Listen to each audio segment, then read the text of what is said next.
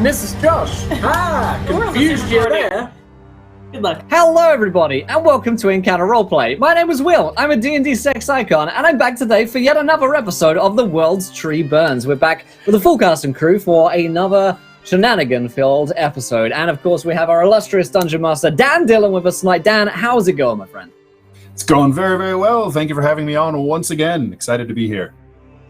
Absolutely. So let's kick things off by going around the cast and crew, figuring out who we are, and of course, who we're going to be playing tonight. And let's kick things off with Tall Squall. How's it going, Squall? Hey, I'm doing great. I am super excited to do some more things in Midgard, my favorite setting in the D&D world. I love all of their books. There's new things coming in one of the places that, in fact, we visited in our fun little journey here, so we can find out even more about what lurks in the Margrave Forest. So that's got me excited. But anyway. Until then, I am playing Glazashin. He is a geomancer, which is one of the interesting classes that you could do. He also has just discovered a rune, which is from the deep magic. Fun and excitement again from Midgard. So we are going to explore all there is to explore, and hey, we will see what happens. Maybe, maybe not. We will join a nefarious organization. Most likely, yes. Great stuff. And of course, we have McCloak with us tonight. McCloak, how's it going, my friend? Quick question. If you're the D&D sex icon, can I be like the D&D porn icon, or like the D&D abstinence icon to go completely lawful good on you? I like that, yeah. You're Porn icon was already my back backup plan. That's where my career is headed. I am becoming a priest. I am the priest icon of Dungeons and Dragons. I am a cleric. I also like the voice of complaint that Tia is on two little scenes, and she, I believe, is hogging all the screen time now.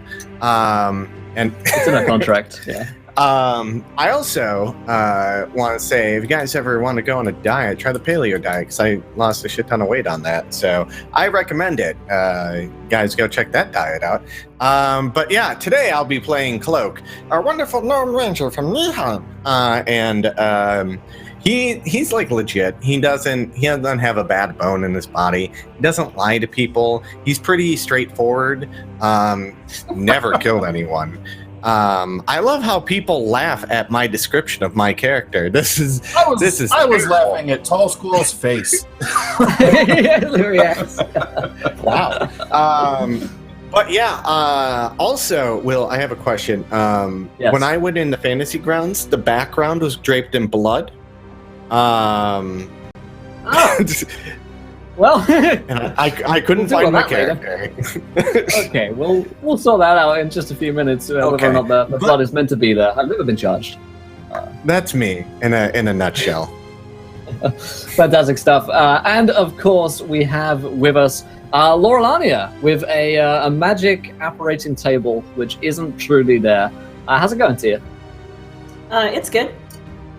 We are having the issue where we can hear ourselves through one of the vmixes, so this is really weird talking, but I'm just going to power through it because I am the greatest. My name is Laurelania, and I'm playing Kari, the Shadow Fae Cleric of the Cat Domain. And I'm really excited to see where this goes tonight. Amazing. And of course, we have encountered Josh back with us tonight. Josh, how's it going? It's going wonderful. Yeah, go ahead, you try it. Yeah, it's very confusing hearing myself twice. I am playing Caine, who is a Dampier Ranger. He's taken one of the Zobek Ranger, Zobek Scout background, which is specific to Cobalt Press, which is fantastic. It's like the Urban Ranger, so I'm very excited to cause some chaos with that. I missed last episode, so I don't know what they're referencing. I'm just assuming that it's all Cloak's fault. Yeah, more or less. It's, well, yeah, it may not be so far from the truth. I think everyone's joining a gang except for Cloak. That may or may not be the case Very as well. possible. Very possible. Yes, but before we kick into gear, remind you guys of a couple of things. The first of which is that we're here thanks to Cobalt Press. Go over to cobaltpress.com, check out the Midgard books and materials over there on their website. It's fantastic fun, play in your own world, and find some new monsters and beasties along the way.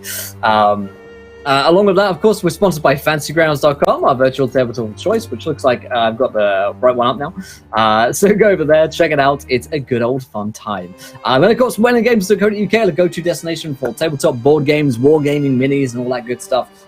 Check them out for up to 20% off the retail value. And then last but not least, tabletoploot.com sponsor the show and give away a set of dice at the end of each of our games. So stick around to the end of this one and you'll be in for a chance to win. As per usual, you can interact with today's game. If you haven't yet retweeted this tweet, go ahead and do so. It'll be fun. When we hit 20 retweets, you guys get to decide something which happens next in our game. And of course, at any point you can donate to the show as well by giving players nat 1s, nat 20s, wild magic surges, and worse. But I will hand over to our illustrious DM, Dan, to remind us what happened last week on the World Tree Burns. Indeed. So, last time we were picking up right in the midst of the aftermath of a slave escape attempt down in the Cartways Black Market beneath Zobek. So, in the immediate aftermath of that, our heroes found their way out of the panic-induced and flame-riddled and just death-filled tunnels of the Black Market.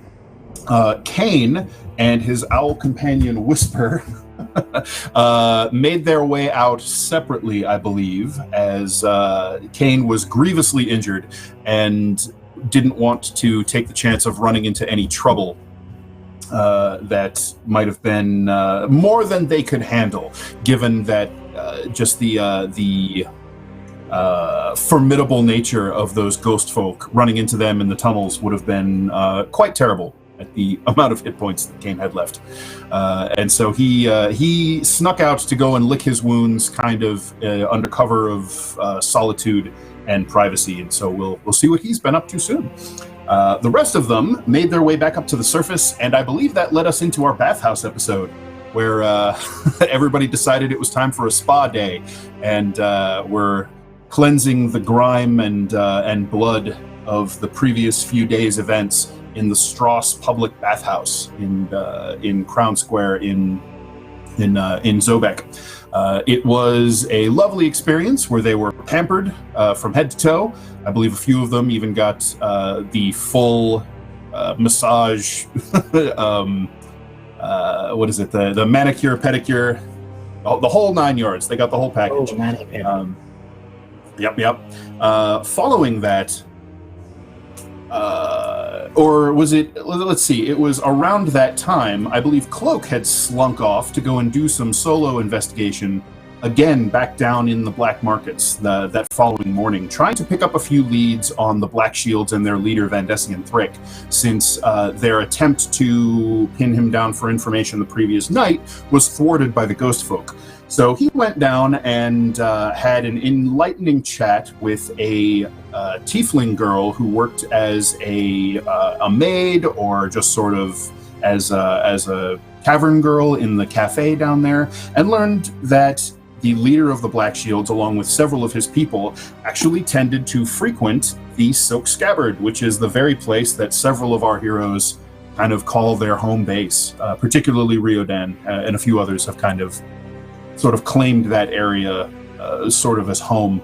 And in the course of asking those questions, Cloak managed to garner some negative attention from a few of the Black Shields who didn't care for this gnome poking his masked nose into their business. And so when he was making his way out of the tunnels, he was ambushed by 4 Black Shields.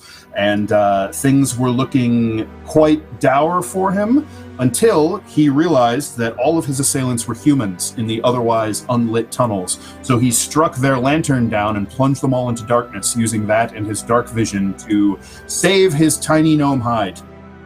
And that probably managed to save his life. And so instead of being butchered by Black Shields, he managed to kill Ultimately, what you learned was 2 of them. One in the tunnels, another didn't survive his wounds after escaping. And that prompted Vandessian Thrick himself to come and seek out our heroes. And he tracked them down at the Soak Scabbard. And he tracked them down, perhaps surprisingly, with an apology for the atrocious behavior of his men, as well as an offer for them to join and work for him as a member of the Black Shield's mercenary company. I would say that got a tepid response so far, but they did manage to get some information out of Vandessian about who hired his men so long ago in a different part of the Cartways where those strange shadow cultists were operating. They learned that while Thrick does not know exactly who hired him, because this individual used a middleman to conceal his identity, he was able to learn the identity of the middleman, and that casts a pretty strong implication at who, or at least gives you a good idea of where to look next for who hired him and who to unmask this strange individual who was wielding forbidden magics. He told you that the individual's name was Dervin Solzegg, and he, through some skullduggery of his own, managed to learn that Solzegg is a person who works for the Zealous family, one of the influential families in Zobek. And I believe you guys know that the Zealous family's main area of interest is botanicals. They grow and cultivate all manner of plants, flowers, herbs, and then all the way up to rare and special plants that are used for the making of spell components and in use in alchemy. And you know that the Bonded Brotherhood of Alchemists and the Arcane Collegium are 2 of their main customers in Zobek. And that is where we left off. And so that is where we will return. Do we have Josh? Are we having issues with Oh, we're working on it. the camera? Is We're here? Oh, okay. working on He's it. here. All right, good deal. He's there. All right. Okay. So we'll go ahead and pick up with Caine, if we can do that without too much camera weirdness. No, he's just not in the room at the moment. So. Oh, he's not in the room. No problem. No problem. All right. So then I'll kick it back over to you guys. So we'll say you've had a little more time to tinker with the coded copy of the Journal of Werner Strauss that you folks had made. I believe at this point Glazishin has managed to decode several spells, all shadow magic spells, and I think you had enough time and money to copy them all into your spellbook. I did, because it's same as standard 5e rules, so it's 50 gold per level. And then hours. So yep, I will go ahead and deduct that from my my gold. And one thing that Glaz would be interested in, and I'm not sure if let's just sort of see. As Glaz is going through and decoding these spells, he comes across this spell called Shadow Blade, which gets him very interested. And he starts to think. He's got this flame dragon tooth. He hasn't wielded any sort of bladed weapon or a dagger or anything like that, but he's kind of thinking that, wow, this shadow blade he could have, maybe summon it up, but then, have a dagger in his other hand in case things have been getting awfully close to Glaz, which gets him very nervous, and he doesn't have a whole lot to do when someone gets right up in his tusks. So, Fair. While I don't think Paula Everforge would be able to do something with this dragon thing, he's kind of hoping maybe he can either go to the hedgehog or to ask around of who might be able to make some kind of magical special something for a wizard out of this dragon tooth that he has. Do you have something specific in mind you want to try and have done with the tooth? Like you're talking about making it into a dagger, or into a dagger? I mean, totally, kind of using meta knowledge, but there is a dragon tooth dagger that it's out there in the world, but and Zobek might be the place to get one. I don't know whether I would find someone or have nearly enough gold to get one, but he would certainly want to research into that type of idea. Okay. Well, as far as just turning the tooth into a dagger, you think that's something that Paula Everforge could definitely do. She is an extremely skilled smith, and she can easily, create a hilt and handle to set the tooth in as the blade, and then it would require probably some finessing to sharpen it just right to make it useful as a dagger. But yeah, that's certainly something that could be accomplished. Yep. I think that Glaz. I'm thinking that Glaz, again, talking to people at the Hedgehog, knowing that dragon teeth are kind of a rare commodity. I was just looking it up. It's a rare magical item, so it might be sort of kind of above where you want us to be. Where's it from? It is a dragon tooth dagger. It is out of which book? Let me see. I bet it's out of one of the Cult of the Dragon Queen ones, because it says that against folks that basically what it does is it adds, in this case, 1d6 acid damage plus its normal 1d4 damage. I was thinking with a flame dagger tooth. But that's me like inventing magical weapons, which we can talk with offline. But anyway, he would probably hold on to it, thinking he wants to do something special with it. Perhaps to have, see if there's some innate properties of it that might be useful for something else. In D&D Beyond, it's just called a dragon tooth dagger. Right. I think it's from the Rise of Tiamat appendix. Probably. I have not looked at it. Okay. Sure. So getting it enchanted is another thing entirely, but having it, fashioned and made into a dagger, a functional dagger, that is easily something that Paula can set you up with. So you can spend some time the next day, since I believe you met Thrick that evening, since you were kind of just sort of staking out the silk scabbard until he showed up. And when he did, he came and made a beeline straight for you guys.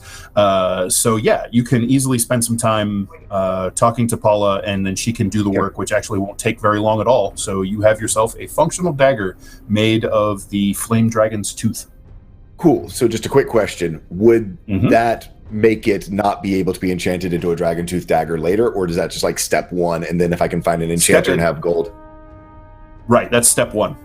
Okay, so yeah, he would go ahead and then take care of step one. Okay. With what would she charge for such services? And would she need the fire for it? She probably does not need the Heart of Fire for it. She's not, doing any significant work with this the way she was with that scale. So she wouldn't charge you a whole lot for this. We'll call it 2 gold, basically cost of a dagger. Oh, okay, cool. She would probably charge other people more, but you're probably getting a significant goodwill discount. Gotcha. Cool. On account of, he will saving go her off and life. do that and say, hello to Paula, how are you doing?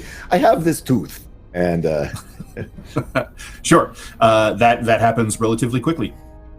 Yes, Cloak. We left on a cliffhanger last week. And since we're all here, I think we need to find out what our team name is. Indeed. I didn't want to put you guys on the spot. I thought we were going to go with the Cloak and Daggers. The Cloak and Daggers, I thought was what we were. Oh, I thought we were doing Glass and Friends. Wait, what?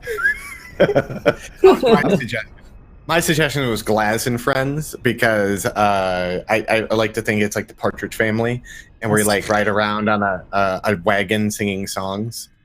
Yeah. Yeah, I now have a dragon tooth. Golly, Laz can't say that. I now have a dagger, so Cloak and Daggers is kind of cool. I like that as well. That's a hard word to say. Dragon tooth dagger. I like Cloak and Daggers because Cloak and Daggers. It works on multiple levels, I think. Everyone's like Cloak and Daggers, and Cloak's like, I don't want to be the center of attention, but fuck it, you guys are just going to talk I'm over me. definitely not going to be, because when they come finding us for the crimes we've committed, they won't be able to find. Who's the leader? He's the leader. He's the one His that put name's me up right in to the it, title. officer. What's your Oh, name? you're Blanket? The Cloak and Blanket.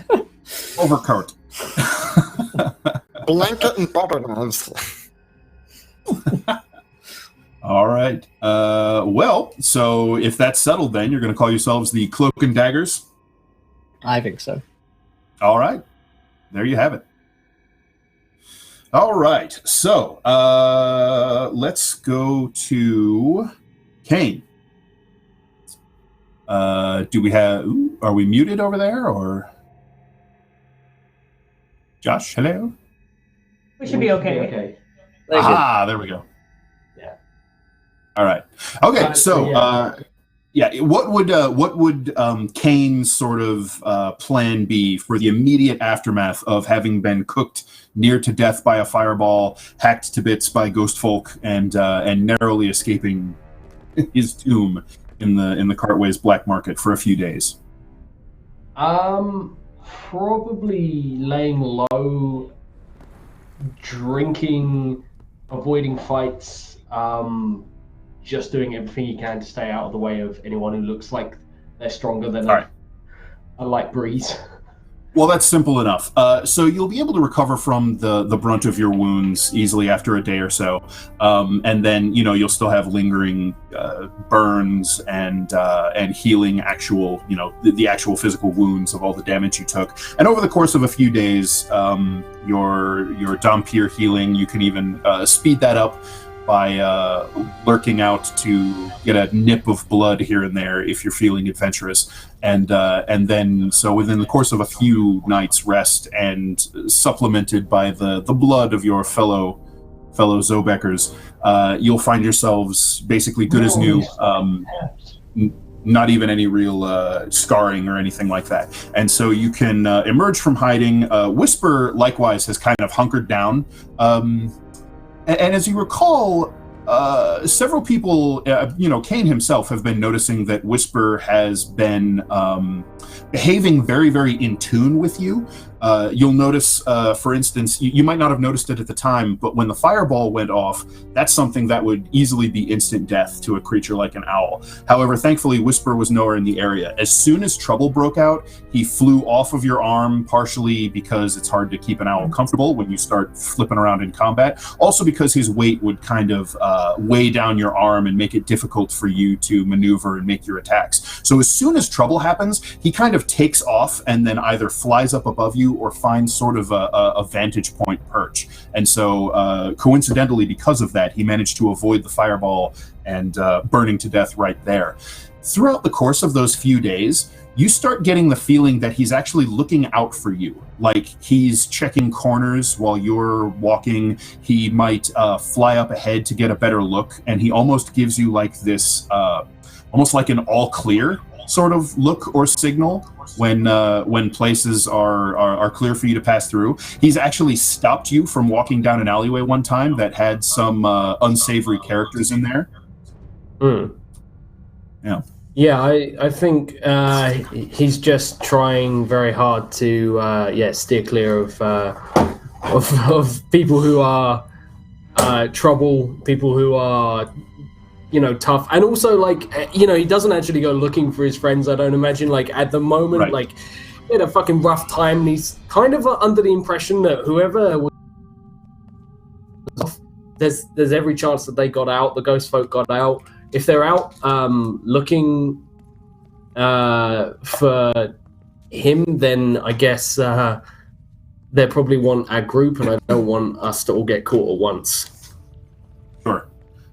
So over the course of a few days, you get yourself back together. Your health is restored, and you're feeling more comfortable, kind of breaking out from laying low and tracking down your companions. So we'll say it's a good 3-4 days later at that point. Yeah. In which case, where do I find all of my companions? So I imagine round about this time, you might run into Glaz. You could probably find both Glaz and Cloak at their house that they rent. You could find Riodan most certainly at the Silk Scabbard most any evening. And every given time, really. Yeah. What's Kari kind of doing for the course of those few days while you were waiting for Thrick to show up, and then maybe a day or so afterwards? Kari would... she'd agreed to what was going on, but she'd probably just be chilling back and relaxing. I mean, I can't really force Glaz to work on the ley line any faster. I don't really understand what's going on magic-wise. Sure. So yeah, I think that besides attempting to do her own research and harassing Glaz like every 5 minutes, like, what do you think we should do, Glaz? What do you think we should do, Glaz? What do you think we should do, Glaz?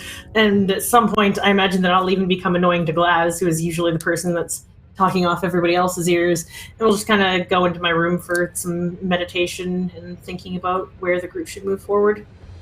All right, so why don't Kari and Glaz, for kind of checking things out over the course of those few days, why don't you guys give me, pick one of you to roll a intelligence arcana check with advantage, with the other's help. Can you grab that for me, Glaz, right now while I try and troubleshoot? You're muted. Looks like you're muted. What? Okay. I assume that since she's bugging me for, There he is. I'll roll with advantage. So on wait, that. now we're muted here too as well? No, you're not. No, we muted. can hear you. 16. Glaz is It was muted. me. It was me. I was muted. 16. Okay, so looking at the information that Kari has from the Shadow Realm side of things, that apparently not only has there been some sort of ley disruption on the Shadow Road ley line that you're well aware of already, Glaz, and it has kind of slowly, steadily sort of it's sort of flowing back into prominence and power. The Shadow Road itself that follows that ley line has been cut off. And so the Shadow Fae have not been able to traverse their main artery across the face of Midgard and from the Shadow Realm to Midgard's waking brighted world itself. That is very disturbing, since they are kind of the undisputed masters of the Shadow Roads. So you sit down and you do a little research with the materials that you can get from the library at the Collegium, and you're able to determine that in addition to that strange siphoning effect that the little ley line tributary at the Halls of Everforge was having, you suspect that that is essentially a microcosm of a much bigger effect or problem that's going on, which tells you that this titanic ley line itself is being tapped somewhere upstream. It's either being drained of energy, or that energy is being essentially, think of it as a stream that's been dammed. And now you guys are downstream, and there's just this faint trickle that manages to slip through the dam. So, would I know whether or not Castle Strauss is upstream of the ley line? Yes. You have a fairly prominent drawing of the major ley lines on your moose skin, and checking your records. Yeah, on your moose, and checking your records against some of the information that you can find in the library. Now, if you could actually get to, volumes that were once contained in the Strauss library, that would be much, much more helpful. But those books are incredibly rare, and wizards and scholars will go ahead and kill for those. So you don't have any good access to them at the moment. Not to mention that a lot of them vanished somewhere between here and the Magocracy of Elaine. It's hard to say what's going on with a lot of those volumes. But you're able to pin down that, yes, Castle Strauss is indeed on the path of the Shadow Road ley line as it wends its way through the Margrave down to Zobek. So, Kari, as I have been continuing doing your research at your insistence, and also trying to translate this journal, I'm concerned that there could perhaps be a connection between the two. You'll see, and I pull out the moose skin. You'll see here is a Shadow Road that your people use, but unfortunately, while the ley line is starting to get back to normal, as ley lines do, but it's taking some time. She nods like she completely understands what you're saying. Well, yes, but the thing is that if it is normalizing, the road should open back up. But from what you've told me, it is not. So that is bad. As we like to say in the magical realms, that is bad. But anyway, so you see, there is this entity that Werner Strauss talks about, that when he was having these nightmares in Castle Stross, that there was some entity that was happening up there that was driving him quite crazy. I mean, like crazy as a loon crazy. And he ended up making a pact with it, which gave him this shadow magic. And I showed you these spells that were in here. These are not insubstantial spells that he was having access to. You'll see, for the ley line to be acting like it is like it has been damned, like a beaver. Do you know what a beaver is? Little creature that runs around, blocks up springs. Yes. I actually, for once, am following your line of reasoning, friend. I too had thought that the ley lines would work like a river, and my next line of questioning would be, what would happen if the ley lines were damned? Would the magic go somewhere else? And if so, where would it come out?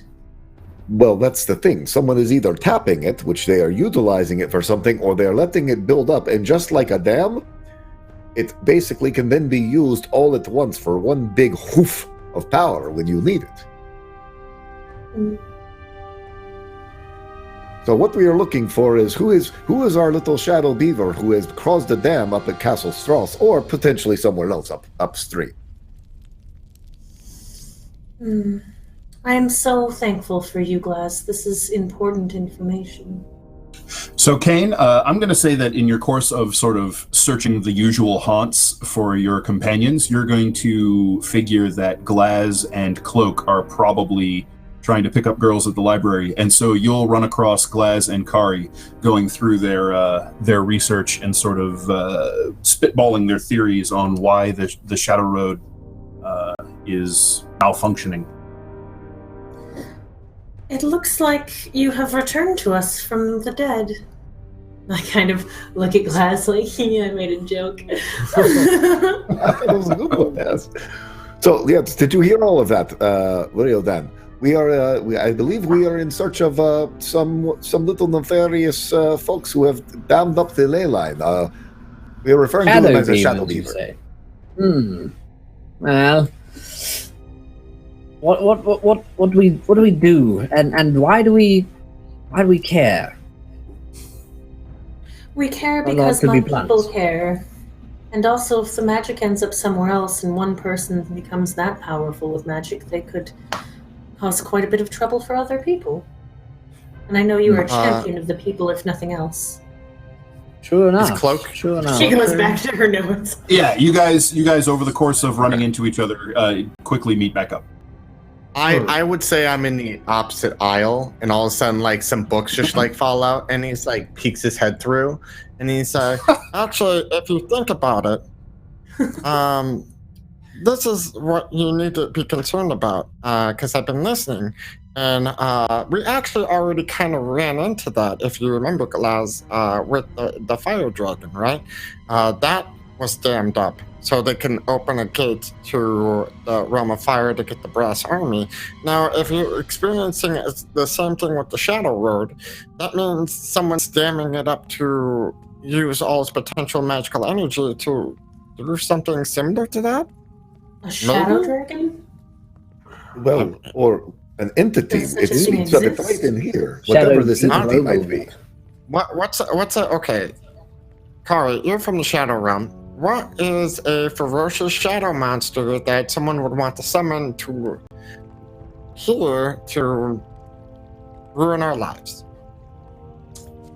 My first initial thought is the King of the Winter Court, but I don't say that out loud because that's not yeah. fun. I mean, if the Moonlit King were to show up, that would certainly be very bad, or at least very interesting. Although the rumor is that he has either been trucking with demons or perhaps he's gone mad. So difficult This is only to furthering pin down. that theory. Yeah. that's not how. Your first instinct of a shadow dragon. I mean, you've heard of such things, dragons that have been corrupted by shadow, taken by it. They are formidable. They are terrifying. They can snuff life out literally with a breath. I have a few theories of my own, and Can I also maybe make an intelligence check of some kind. I don't know what that would really fall under. Maybe survival for like the land. If there's anything else that like more obscure that would come to mind than what I've already thought of, or is that pretty much what I would get? Yeah, you can go ahead and make an intelligence check. Can I insist her to give her advantage with some? Here's a question: is it general magical knowledge about warlocks having pacts to give them magic? Is pact magic something that that is relatively well known to a wizard? Oh yeah. Oh, absolutely. No, you guys, I mean, all of you have easily heard of pact magic. Kari, you're well aware that, yeah, Cloak's just over there like, no, never heard of that.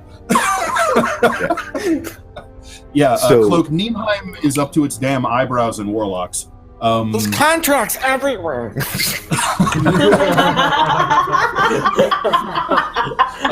Kari, you know pacts with the Archfey are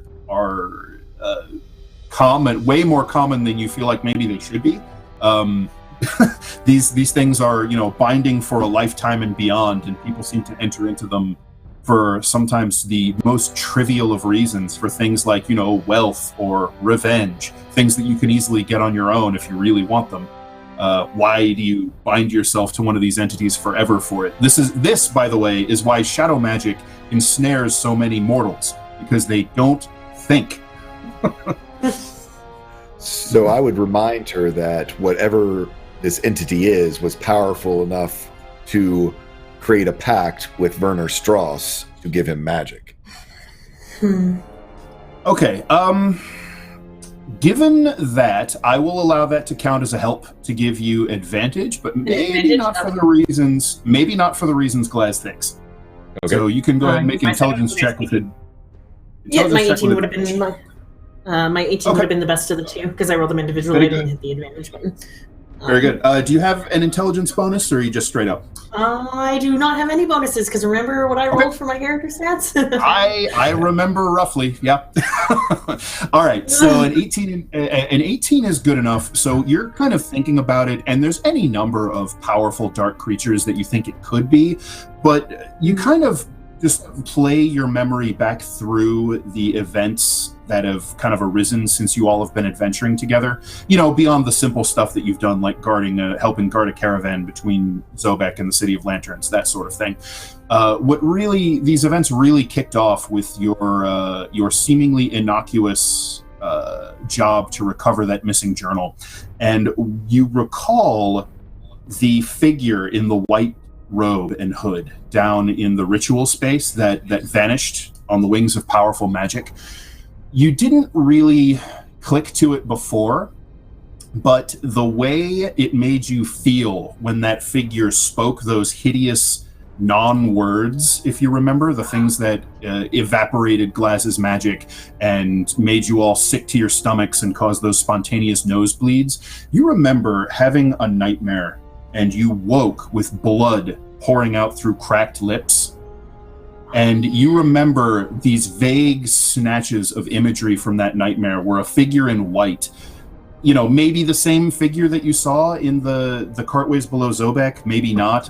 In the dream, it was much more dirty, filthy, tattered. But you remember these horrible marks on the figure's arm holding that cruciform dagger, those strange symbols. And you remember looking at those symbols, how it made it feel like your skin was trying to peel off of you because of the wrongness of those images. And that feeling is very much the same as you experienced hearing that figure speak those words before it vanished. Isn't it all possible for me to sketch from memory, like one of the symbols or something that reminds me of it, like kind of in that creepy where like all of a sudden I remember something and then grab a pen and like quickly sketch it out and be like, I think it's this.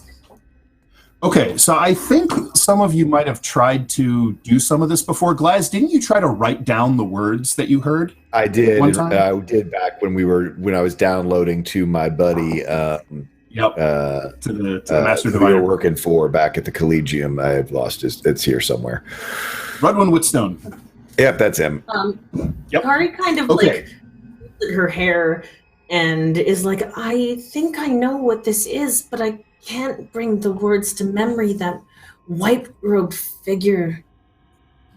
So you snatch a sheet of parchment from Glaz's stack, and you grab like a charcoal pencil, and you start kind of desperately trying to sketch out these letters or runes or symbols that you remember seeing that seemed like almost they were burnt into this figure's skin. Your memory of these things, it's almost like oil and water.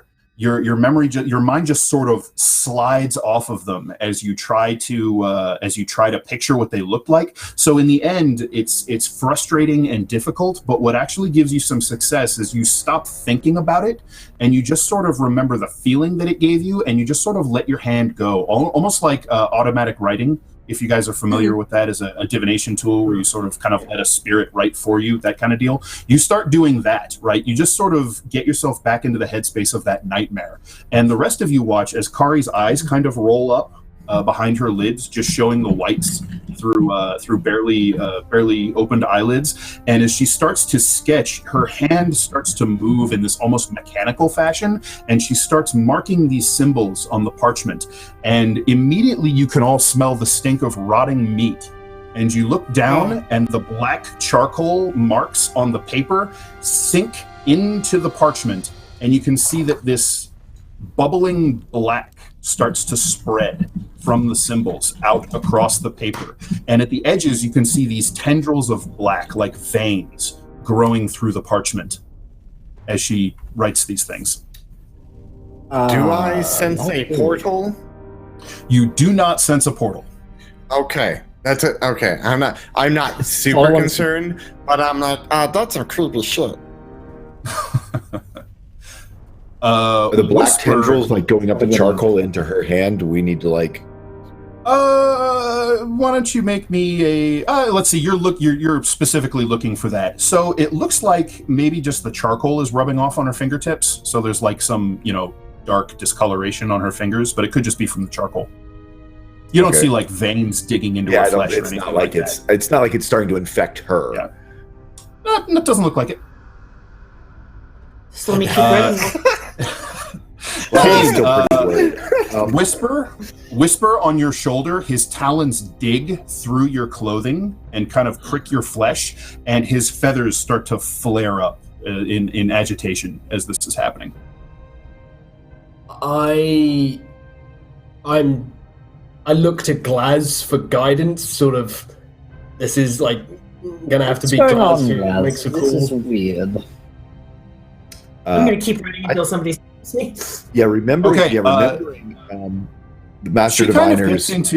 She kind of gets into a loop, and as you guys are kind of chatting and thinking about this, Riodan, you're kind of watching in this sort of grim fascination as she starts to draw these things. At first, it seems kind of just random where she's placing them on the page, but you can see it's starting to take on like a spiral form as she marks these things over and over and over again. And as she goes, she starts to write faster and faster, and these symbols are more and more sharp and clear, and that rotten smell starts to get stronger and thicker as she goes. Yeah.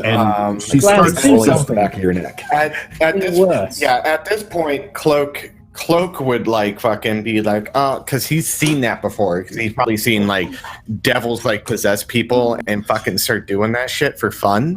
And so he would like climb through the bookshelf that he was at and go and fucking like kick the fucking charcoal out of fucking Kari's hand. Okay. Like there's a thumping sound as books cascade through as he clambers his way through the stacks, and he like launches up as Glaz is like reaching for the charcoal. He just boots Kari's hand and sends the charcoal flying across the room. Kari, you snap back to your senses with this sort of dull pain in your hand. Your fingertips feel like they're frozen almost numb. The rest of you just kind of look down, and that feeling that was growing relaxes somewhat, and you can see just that maddening spiraling welter of letters and runes on the parchment, and you can see the entire parchment to the edges is almost black, both from the letters written on it and also from that strange oil-like, veiny corruption that's spread along it. There's almost no brown parchment color left. Hey, Dan, can I read this? Oh, God damn it! Can you read them? Can I read this? Do I understand? Because I have had this creepy thing that I still haven't managed to figure out, that I just innately seem to pick up on language and everything. And Oh yeah. do I know what this looks? Do I recognize this? Interesting. All right, no, but I would like you to make Happy me an about this. intelligence Arcana check with advantage. Your one character sheet is. Yeah, I was gonna ask if I can make an Arcana check too on anything I recognize what she drew as well. Do you have your stats on your other character? I can tell you right now, Cloak, it is not infernal. Infernal has a very, while it's dark and awful in a lot of ways, it has a very comforting sense of order to it. This has none of that. None of that. Okay. It's not even the abyssal dialect that you get out of the demons from the 11 Hells. It's something beyond even that. What's beyond that? So how did we do on that intelligence check? Are we doing? I think he's working Okay. with his sheet. All right. Yeah, because we're will- on one fantasy grounds, which is mine, so we're Okay. just going to roll a d20, and we have a physical that's copy fine. of our character sheets, Yeah, yeah, because we're yeah. good players, and we were just finding it. So that's an 11. 13. 13. No, it's not 13, that's my modifier, not yours. No. Oh, your modifier is yeah. also a +2? Yeah. Okay. Did you roll with advantage? Oh no, that was just once. Yeah, sorry, I Okay. forgot I was at advantage. Toss it again. Toss it again. Up to the left. Up to the Oh, right. there we go. 17. Okay. 17. All right. So you have a bit of a breakthrough, Caine. You can't understand it, but all this weird effect, whenever you've been able to understand languages, they've always been spoken. The one time that you've understood, the one or two times that you've understood written languages that you've never seen before, you have been touching whatever the language was written on, or Whisper had been touching it. Either you touched it yourself, or Whisper flew up and sat on the plinth with the dwarven runes on it. Yep. Yeah. I'm going to That's step what away we for want. one quick second. I'll be right back. Okay. While Dan, as the DM, is gone, I press my face against the runes and with zero regard. You'll never know. These runes, and I just Thank you It's for like- bearing with us through the technical issues on Yeah. our side as well. We're trying our best over here. It's my first time setting up a studio for more than one person, and it is. Oh, look at the cute face! She's adorable. Oh, that is adorable and creepy. Have you just noticed that? She's playing peekaboo. Yeah. And that's what Dan is going to sort out, There you though. There it is. Go away, Ladybug. Take this. Go to bed. Good night, sweetheart. All right, Neil, you can remove all mentions. You can remove all mentions of Ladybug from the recording. They'll never know. All right. So after you press your face on the parchment, no. fuck you. He's got wireless. Wireless headphones, mamma jamma. All right. No. So yeah, you come to the realization that whenever you've been able to read written languages that you didn't otherwise know, you or Whisper have been in contact with what it was written on. Okay, I look at Whisper and like the way Whisper reacted when this was being written. There's no way I'll put my bird through that.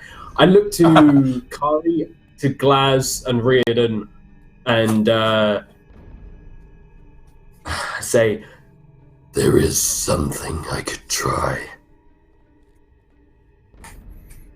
But like you can see that Caine is like sweaty palms. Like just the idea of doing it is making him uncomfortable. For the sake of my people, I ask that you try. I'm gonna look at Reardon and I'm gonna look at Kari. I mean, she looks awful right now, so. Yeah. Why would he Yeah. look at me? He's looked at everyone else, but I'm down here, and he's just like, oh, look at everyone at Adam. You're like you're standing on the table right now. Yeah. Glaz will say, the master diviner said that this was very dangerous. As I tried to do this for him. He stopped me and told me not to go further, but we do have both Riodan and Kari here to hopefully correct anything that might go horribly, horribly wrong. I don't think I'll be any help. Yes, If anything, I think it'll go worse if I try. So. Do I? Oh no, have I'm just any saying you maybe could heal him, or like, you know, if his hand falls off, stick it back on. Yeah. Oh right, no, I've got that kind of thing. Yeah, sure. Yeah. Do I have any concept of possession? And because I know, like, Cloak has sort of known about this, like the idea, which is why he's pushed Kari away. But would I know that's a risk? A concept of what, possession? Yeah, from like text or anything like that. Because he's got the warlock stuff that I just don't know. Oh, sure. I mean, you know, you've heard tales of powerful, like, demonic creatures or even undead spirits that can try to inhabit a living body and take it as their own. You don't necessarily have any thought that this is connected to that. Yeah. Okay. All right. I'm gonna take my weapons and I'm gonna take them off, and I'm gonna ask Glaz to hold them. Actually, no, I'm going to ask Cloak. I'm going to turn to Cloak and I'm going to say, hold these. And, like, take all my weapons off. Who's got the biggest weapon out of all of us? Weapons. Yeah. Who's got the biggest weapon? Yeah. I don't want to be that guy to ask, but lads... I mean, it's Reardon's whip? Probably Caine. My whip is his pretty scourge, huge. His whip is impressive. Yeah. Okay, I want to hand Reardon my sword, and I'm going to look at him, and I'm going to say, you know me best. If I am no longer myself, don't let me endanger you. Don't worry about that, darling. I'll run you straight through if you want. I don't think that there isn't anything you wouldn't run straight through. Oh, damn. to make this conversation end, I lick the book. Like, I'm done with hearing about that. I will take my hand and I will prudent. take. Yeah, I fingers on my. I'm just gonna press my thumb against the book. My left hand. So you just like right in the middle of the my right hand. Right hand. Right Sorry, I need right to figure out middle. if I lose this. Can I still fire my bow? I'm being very particular about this. My right thumb. Got it. All right. Which finger can I do without? Let's go with the thumb. Fantastic. Little finger. Final answer. Right pinky. On the book. Right pinky. Just kind of pressing it right in the middle of the parchment, in the middle of the spiral. This is like demonic Twister. Like right pinky to big black spiral splodge. I got this. Okay. So I would like to start things off by you making a charisma saving throw. Fuck my life. You can do it. Here's a lyric. I don't like where this is You have going. a -2 to your charisma. Go and roll it. I'm fucking dead. Okay. You can do it. Just roll it. A little bit. That's a 9. That's a 9. -2 is a 9, All right. So I've got Caine 7 reaches charisma. out. Caine reaches out and presses his pinky into this black smear of charcoal and what smells like rotting flesh in the center of what was once a pristine piece of parchment, a fairly high quality parchment. He presses his finger into it and his eyes turn black. And he throws his head back and screams at the top of his lungs, and you can like hear his vocal cords straining and, you know, bordering on tearing. Oh, is it like that weird demon shit where it's like 3 voices at once and it's like, oh! It's mostly just an agonized scream, and you can hear just these faint echoes of other words that don't seem to be coming from him. They're just sort of arising from nowhere in the room. What does everyone do? I keep watching Just as a note, is anyone else creeped out by the weird little demon figure that literally it looks like Josh is holding hands with in the stream? Oh, did you notice that? That is so That guy's fucked been up. my creepy. How did you do that? So, no, Yeah, that's been that's there the kobold. since day one, and I that's- literally sometimes Neil will tell you I talk to him. Like when I'm not in the scene, I'm just like, "Hey, bud, how's it going?" Like, I'm never gonna sleep again. Thank you. I'm just a kobold, don't mind me. I can't stop. I think Cloak would be like, You have to be quiet, we're in the library, Caine. and then roll perception to what he's listening to, the whispers, because he's always like the whispers would catch his ear. Okay. The whispers are maddeningly imperceptible. It's like they're almost words, but not quite. They just sort of slide past your understanding and your hearing. It's like it almost becomes a voice, almost like EVP in a audio recording. Oh, It's yeah, cracks. okay. It's like cracks and snaps and pops and just like weird sounds of Rice Krispies that almost sound like words, but you can't quite make it out. What does everybody else? How do you all react? So he's paying attention to the whispers. Glaz, what's your reaction? Glaz is trying to think fast, and You might get. I don't think that's going to do. No, that doesn't let me move things. I was hoping that Maximilian's Earthen Grasp would let me actually like grab him and throw him off the book.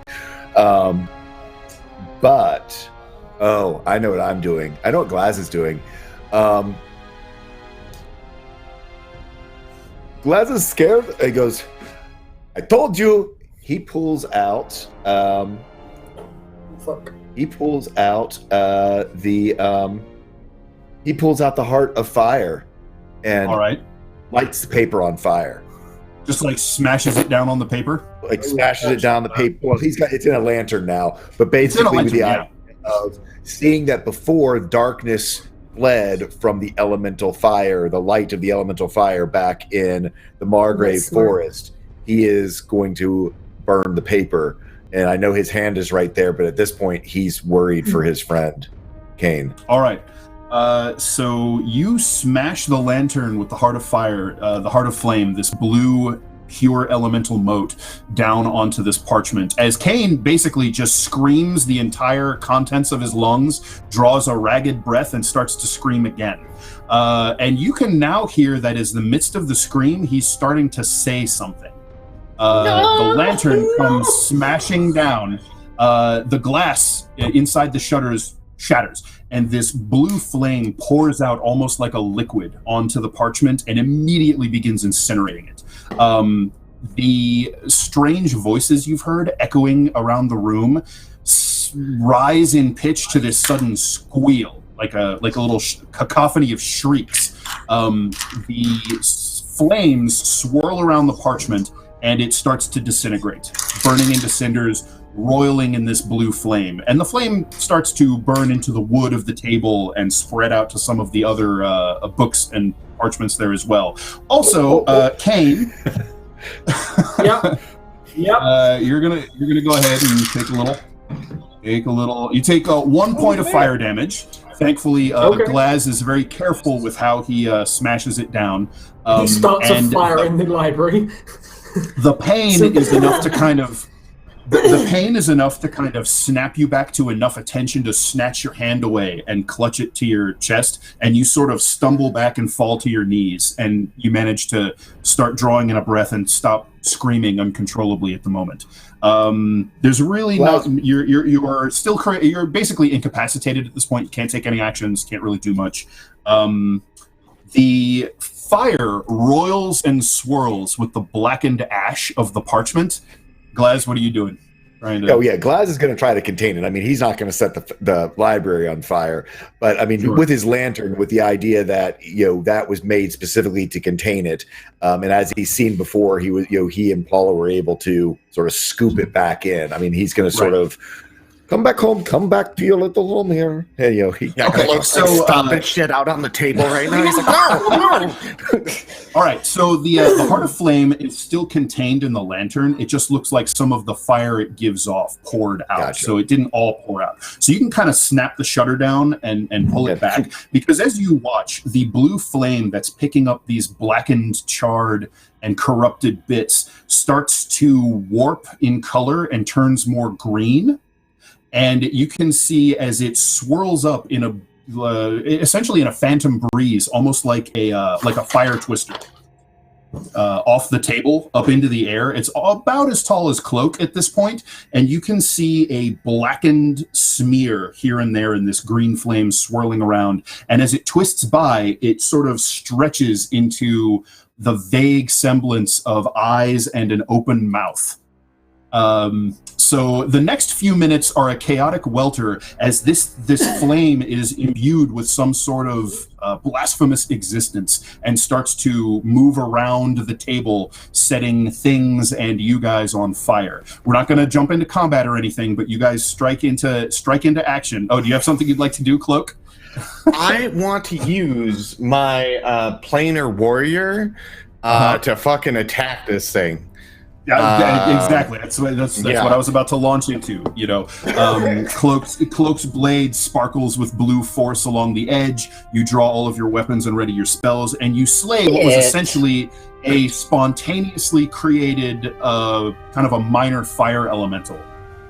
Oh, that seemed to draw some sort of unholy life from whatever the fuck was written on that parchment.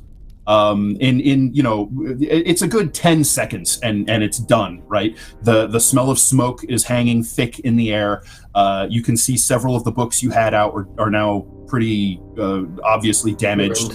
Several pages of notes you took are destroyed. There's a huge char spot on the wood of the table, and you can see beyond that those that strange corruption and those seeking vines or like veins that were on the parchment have actually dug into the wood of the table. Oh, that's symbolic. I'm looking around to make sure the librarian isn't anywhere else. Yeah,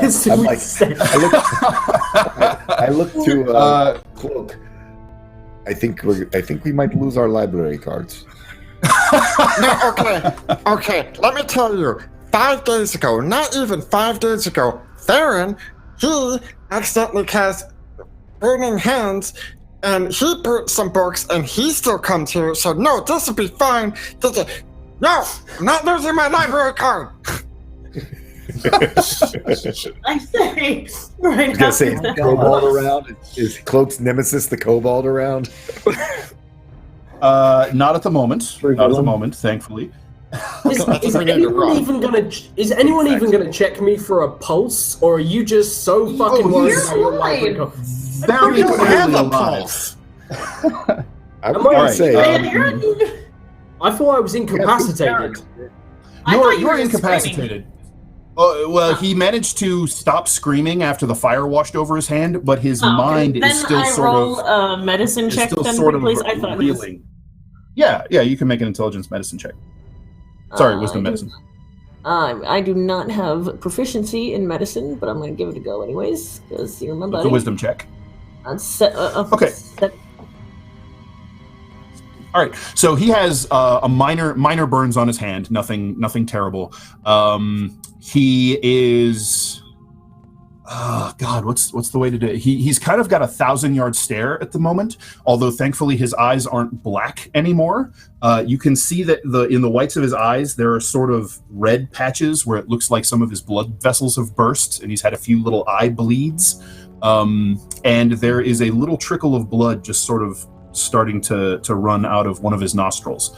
Other than that, he has kind of gotten a little bit of his composure back. He's not really saying anything, but he's staring down at his burnt hand and he's kind of mumbling something over and over again. Can I roll perception? Can I know? Can I know what I'm saying? You're possessed now. There's no hope for you. Well, this is the thing. He hasn't. So, what just happened with you, Caine? It's difficult looking back on it as you come to your senses, trying to make sense of it. You had something in your head, and you couldn't get it out. It's like grabbing a live wire and not being able to let your hand go. It was words and voices and just this utter black darkness, cold beyond the concept of cold more like nothing. And it was just filling your head, and that's all you could feel, and that's all you could hear. These words that weren't words, these voices that weren't voices. And it was threatening to swallow you whole, and try as you might, you couldn't stop staring into the middle of it, and you couldn't let go of what was pulling you there. Then, finally, this wonderful, glorious, delicious pain washed over your hand and severed that connection, and you were able to sort of live in the feeling of your skin being charred, and that snapped you back to reality. It brought you back to life, to the world, and took you out of wherever the hell you just weren't.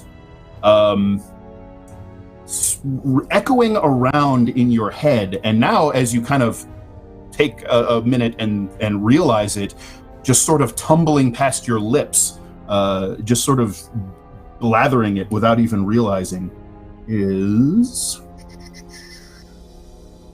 One second.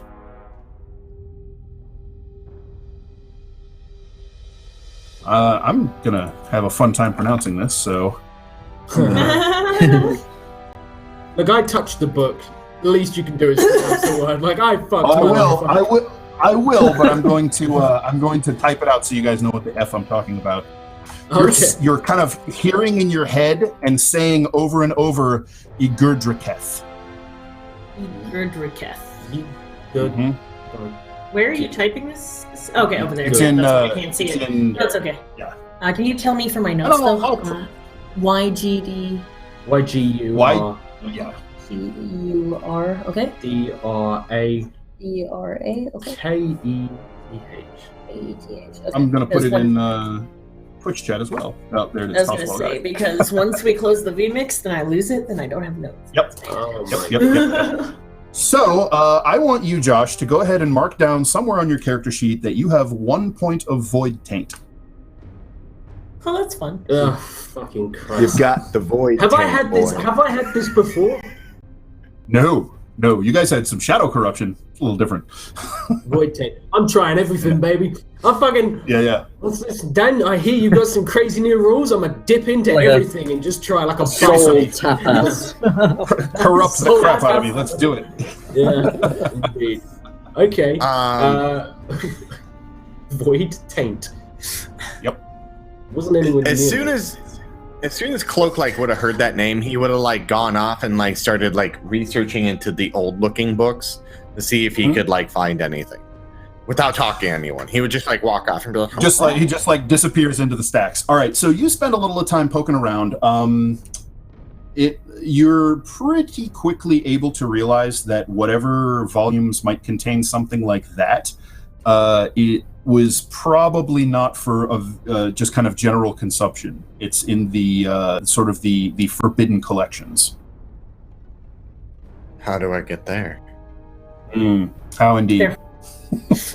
I'm gonna go talk to the guy who gave me the library card, Headmaster dipshit. I don't remember his name. I don't have my. That was it. in front of me. Headmaster It was dipshit. dipshit. That was it. Call him that. Master Diviner, yeah. Master Diviner, Rudwin Whitstone. Rudwin Whitstone. I will say what you are able to determine, Cloak, in your research is you don't find anything on that name specifically, but you are fairly certain that those glyphs that Kari was inscribing, and then some of the whispers that you heard, and then very clearly the name or the word that Caine was repeating over and over again as it just sort of bled through his mind and out his mouth. This is void speech. It is the language of the outer darkness. You can talk about there being evil magic. Void magic is sort of the ultimate expression of that very concept. It is magic that is driven by the negation of everything. That's pretty much all it does. You can make arguments for, this, that, and the other kind of magic. Necromancy is an evil depending on how you use it. There is no good way to use void magic. When you call on it, you are calling on the outer darkness to obliterate part of reality. Maybe in a way that, benefits you somehow, but yeah. Dan, I have only you personally. Yeah. Dan, I have a very important question. Sure. How's my finger? Your finger is burnt and painful.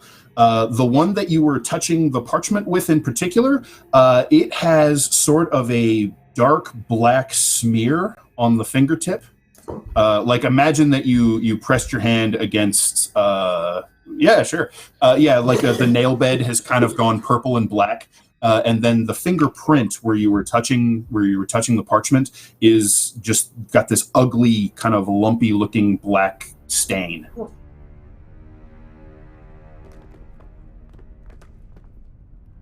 Do I recognize that name at all? The ancient Yegurduket? When you get close enough to kind of listen to Caine, and because you were one of the ones who were right next to him, and people were paying attention to it, you guys could puzzle out what he was saying. Your blood runs cold because it immediately takes you back into your nightmare, and you recall that immense cyclopean figure, vaguely humanoid, not really able to parse out its shape. Instead of a head, it had this bristling mass of tentacles that reached up into the clouds like it was trying to stab the sky. Those things walking across that blasted wasteland, and then seeing that figure in white with the those black sigils sort of rotted into its skin, holding that knife, standing on the chest of that thing, carving its body open.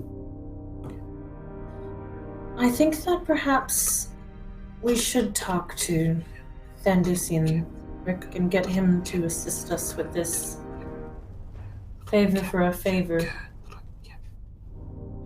And I put my hand over his mouth to get him to stop chanting it. All right, so you are coming back to your senses, Caine. You can kind of notice that you're light, kind of like not a doing damage slap, but like a pull your shit together slap across the face. Yeah. So there is a delicious moment of that nothingness that was overtaking you. It's finally wiped away with this little, just very welcome, sharp sting of feeling, whereas before there was nothing. On your cheek, and that kind of snaps you out, and you realize that you've been whispering this name over and over and over and over again. You I probably get a hold of yourself.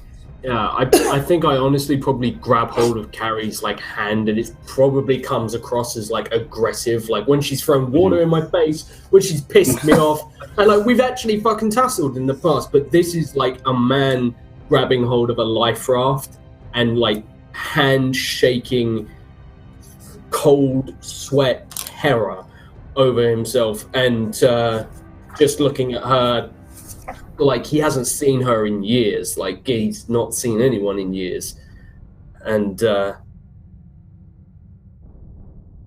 he doesn't know what to say, can't explain it, so all he manages is, I bit my tongue. Yep. You're fine now. The fuck?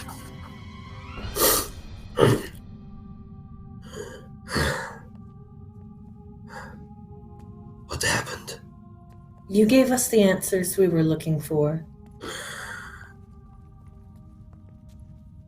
You also became possessed for a few moments. How do you feel? Dad, how do I feel? Let's figure that out, shall we?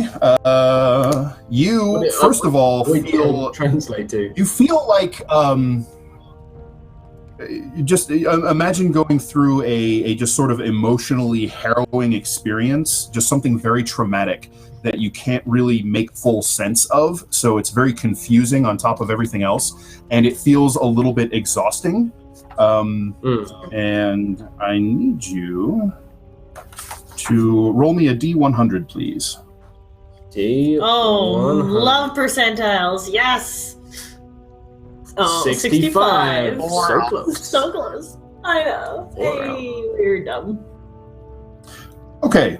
You are 65% dead. Fuck. 65%. So slowly, kind of as you sort of come to your senses, you realize that it's a disorienting experience, because as you're looking around, you're sort of having the feeling like everything is more or less normal, minus that feeling of, you know, exhaustion and violation that you're trying to cope with. But you slowly come to realize that you kind of get up to your feet and maybe reach out, like when Carrie pulls her hand back, you maybe go to take a step and you stumble into the table, or you bump into Kari, not really realizing what's going on. And it takes you a minute to realize that you think you're seeing normally, but you're not. You're blind, but your mind thinks it can see. It's like that's, I don't know how to describe that to Caine. It's a very, very disorienting experience. Like he's seeing Because through his you're bird? No, not exactly. No, like he thinks he can see. He's gonna, like, you can say, "Hey, give me that book," and he'll reach out to what he thinks a book is, but he's just, he's not seeing shit. His brain and reality around him are a little out of sync at the moment, so it's kind of filling in the gaps.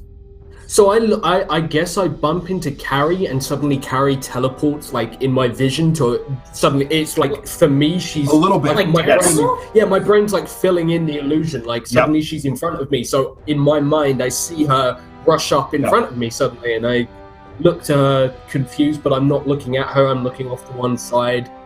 So like you'll think maybe like Riodan is over here, but then you'll hear him talk, and you realize he's over on your left somewhere. That sort of thing. Yeah. I'm gonna. In which case, I turn to the table, because I don't know, the table's fucking destroyed, and that was the last place I saw Cloak. And I turn to where I think the table is and hold out my hand for my bow. Yep. And you get no response. Over here, buddy. Hello. Are you all right? I'm fine. My sword. Yep. And I will like hand over a sword, like tap him on the back, sort of thing. Like, there it is. So he places the hilt into your hand. Down the bench, just so I'm kind of like out of Out sword of sword range, range for a moment. Because I'm the one who made him touch the book, and he's acting a little out of sorts even for Caine. And like I'll start doing it up. I imagine like something like that's really easy, because you can do that without looking. So it probably leads to him sort of for a moment looking okay, and then I just envision like he takes a step forward and he just walks straight into the bookcase, like thinking 100% he's now facing down the corridor. He looks and just bangs, and then sort of like half draws his sword, looking around, confused. And so this will go on for a few minutes this way, and you'll kind of slowly piece together that you're not actually seeing what you think you're seeing. And you think maybe if you were in a place that you knew better, you'd be able to navigate just on your memory of it, and what you think you're seeing would match up enough with furniture and rooms and the like, but you're not familiar enough with the library. So you're just sort of you're seeing your idea of this library. And the details just don't match up, and so you're essentially just sort of stumbling around blind. Perhaps we should head back to the Silk Scabbard. I don't think any more can be gleaned here, and we probably want to leave before they come and see what we did to their table. I think that is a good idea, but where has Cloak run off to? He is probably very worried about his library card, and he might be already gone. He's probably halfway across town. If you guys go looking nod my for head. it, I'm like, you guys can hear like this little gnomish chatter where Cloak is just sort of talking to himself as he's looking through these books he's found. And Glaz, you can see that it looks like you can check out what he's looking at and come to the same realization he did, that you guys are dealing with void speech. And actually, Kari, did you relate any of the thoughts you had about your nightmare, your dream, those things walking across the wasteland? Those have always been very personal to Kari, but I think that is something that she would want to share once we're all together. And since he's still doing his... I think we should go back there, and I have some things that I need to tell you. Some things that I've been seeing since before any of us had met that is relevant to this. Okay, so you guys can regroup, collect Cloak, and head back to the Silk Scabbard if you like. Actually, Cloak, he would walk back as a group. It's like, yeah, we're going back to the Silk Scabbard, and he'd be like, no, fuck that. You guys know what just happened? I gotta go talk to the Master Diviner. Do you know what language that was and what the hell's going on? Kara is about to tell me about her dreams. It's about to be fascinating. You're not taking this from me. One good thing. All I want. One good thing. One shadow slumber party. All I want.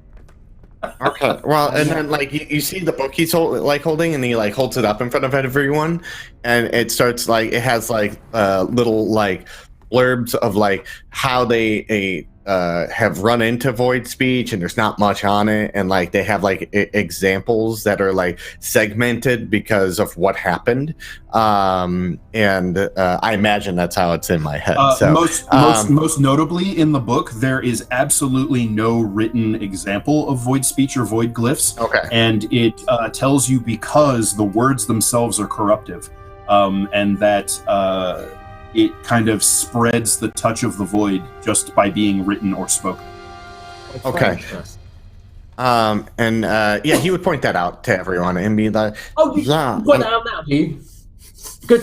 I found it out. Thank you. I'm gonna talk to the Master Diviner and try to get access to the hidden library or the forbidden section. I'm interested again about this. We can put our relevant information together for once before running off in different spaces. And I reiterate my dreams at length. Okay, so she runs through those dreams. You guys, remember that she had from our first session with those horrible nightmares and those horrible creatures and the fellow with the dagger carving the one's heart out. And at the end, I summoned up, and this is why I don't believe in gold. Glaz, Glaz her description to you is very clear. She's describing the Western Wastes, and she is describing the dread. Those are the Dreadwalkers. And given that those glyphs were marked on this person's arm, and it seemed to immediately make her think of not only the dream, but those massive figures, you think Caine was just saying the name of one of the Dreadwalkers.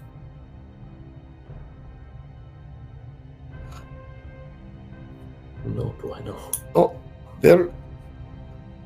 Back in Bimia, it is kind of first year things because it's all about the history of Bimia and how it came out of the Majocracies and still remains here. So we had to learn our own history and how the ley lines and why Bimia is where it is and why it is still here because yay Bimia, we won. But the important part here. The whole Western Waste to the north of Bimia, well, it's the wastes. It is horrible. It is completely destroyed. It's the old lands of the Majocracy. How they were destroyed and what finally ended the war is because of these walkers, these giant titanic creatures, these beings that were summoned from... Do I know that they were summoned from the void? We don't know exactly where they came from.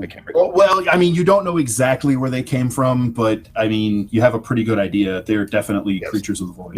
They were summoned here from somewhere else, someplace horrible, and they ran amok. That's how the mages battled when all was said and done. Was through these giant creatures? Well, to end the war, they are they're not frozen. For all intents and purposes, they are frozen out there in the western waste. They are actually moving very, very, very, very slowly. But they are horrible. And they were here to destroy the world, for all intents and purposes. So, the problem that we have, you say that this person, that maybe possibly even the person that we encountered down in the cartways a couple of weeks ago, if they are able to hold that writing carved into their skin, and if they like were... what we saw in the cardways? Well, I don't know whether you are experiencing things that happened in the past or something that is about to happen in the future. If it is a premonition of things to come, that white gentleman in the white robes, and he was getting a hold of Strauss's books to build up power, to do something. He is either awakening one of the Dread Walkers, or you said it cut his heart out?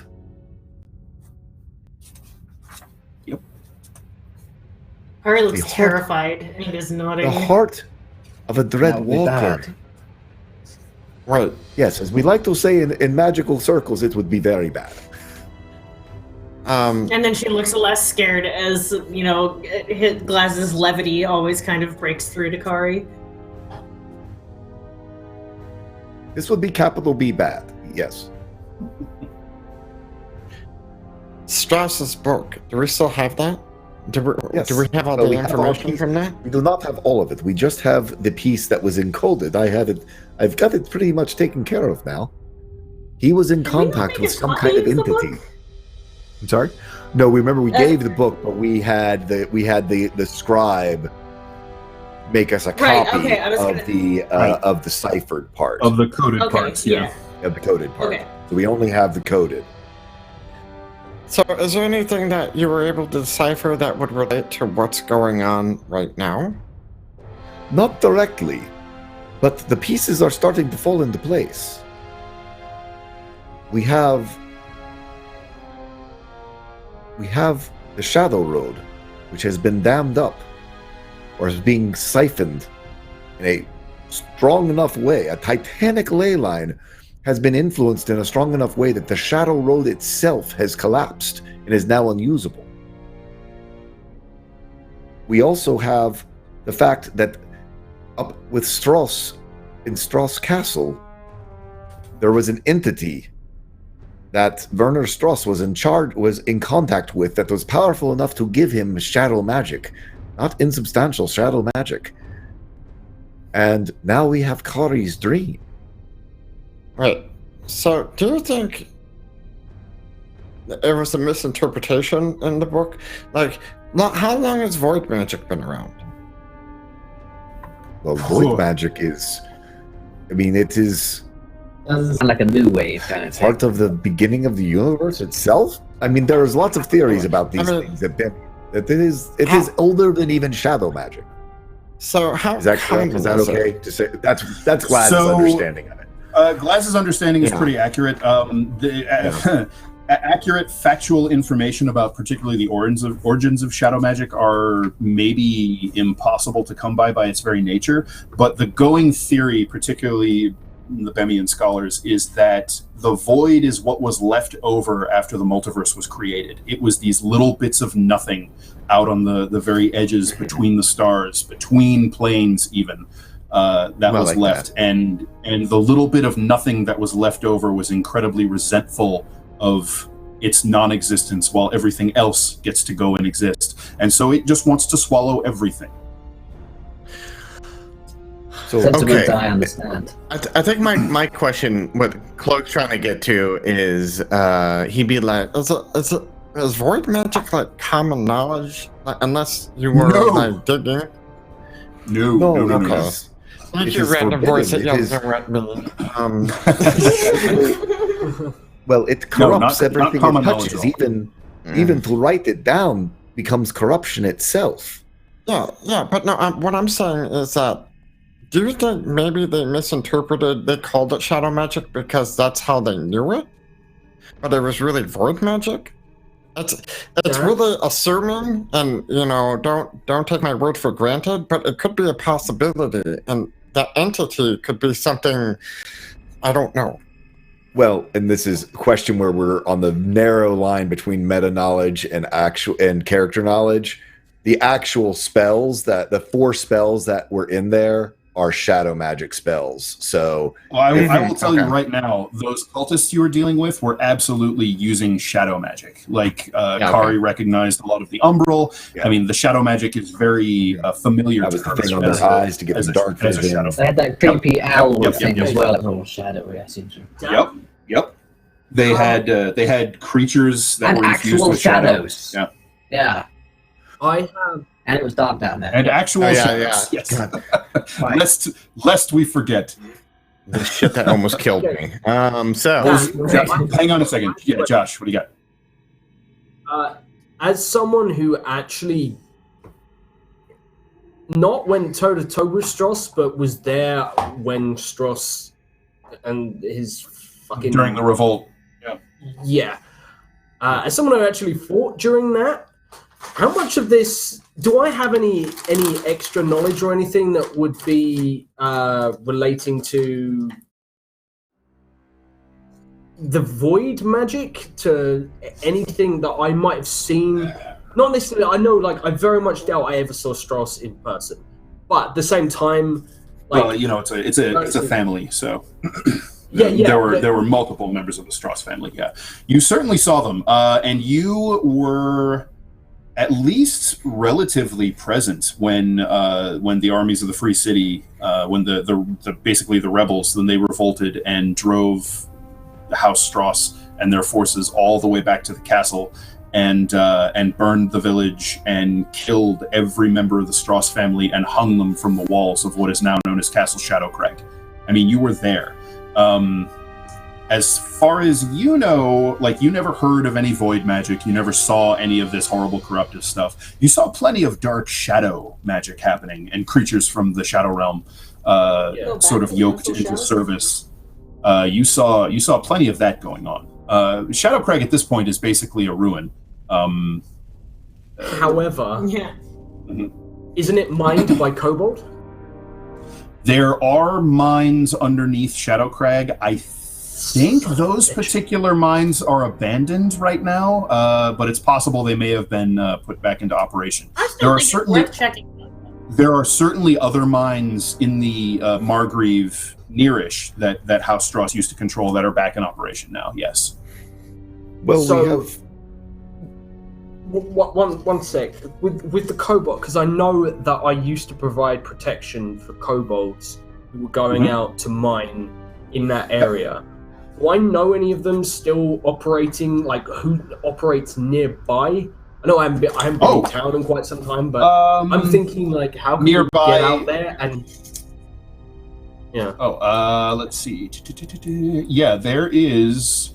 the Veslau mines are nearish to Shadowcrag, and they are in operation right now, I believe. Would I know anyone that I could contact in town? Because my thought is, if there is some shit going down, it's Shadowcrag that we're talking about having, like, potentially some bad shit going on with the Shadow Road. Not to mention the first place we saw a white guy in bandages was under fucking ground. Yeah. So I'm thinking to myself, would I be able to get in contact with one of the groups that I used to provide security for and find out, hey, you operate in the area? Who else is operating in the area? What's going on around there? Has any new shadowy outfit set up? Who's providing the security? All that, yada, yada, yada.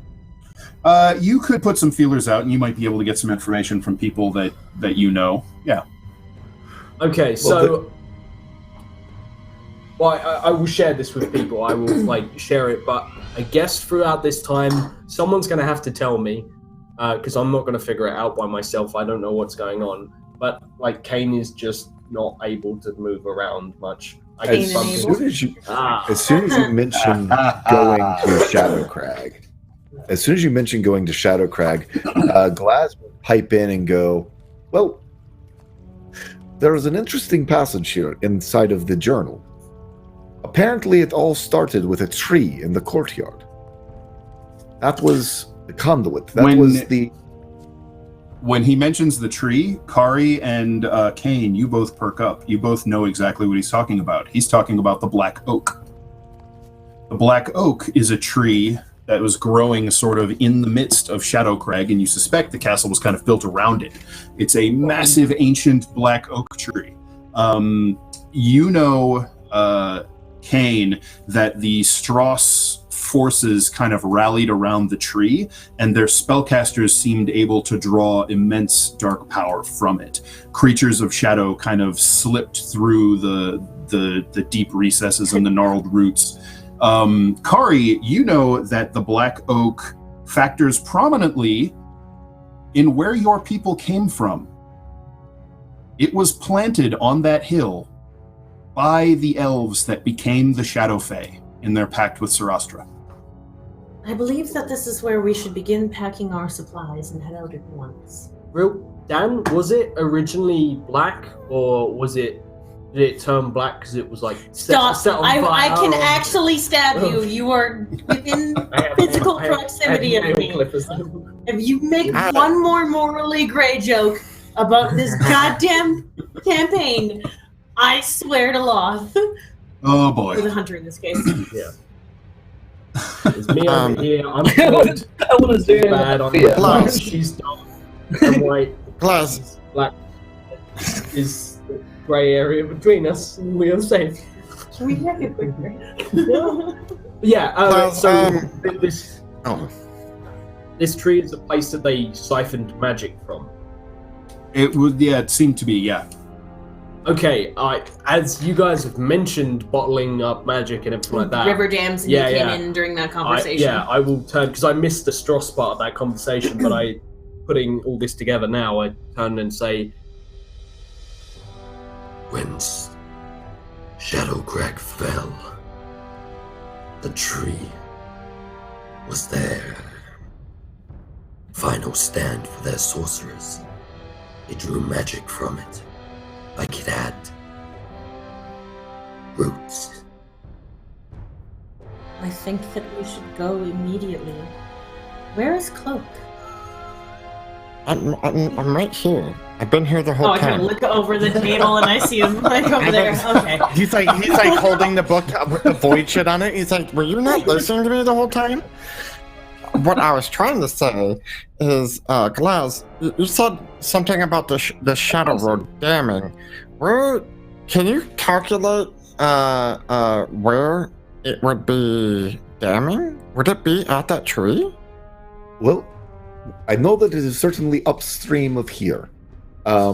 We would have to get closer. I can only feel the current of the ley line itself has become weak, and perhaps when I get closer, my attunement to the ley lines of the world will give me a little bit more clue. From here, I just know that it is not right, and it is somewhere upstream, which is that direction. All right. I want to, I'll nod along to where I think Cloak is at the moment, and sort of gesturing towards him, I'll say to Glads, The sorcerers there, they drew from the tree like you do from ley lines. What if it was anchored in a ley line? I'm over here. No, I'm talking to Glads at this point. I'm talking to Glads saying this. All right. I'm feeding off your as much as. But then again, you probably are. You're talking to a bookcase. Yeah.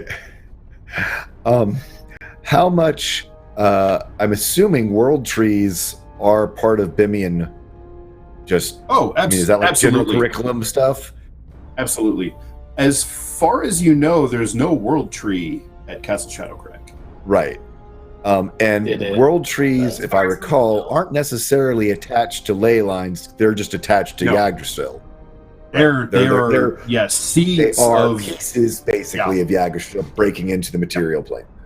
Correct. They were planted there by the original elves, the original Elven Empire. They took seeds of Yggdrasil and planted them all around Midgard.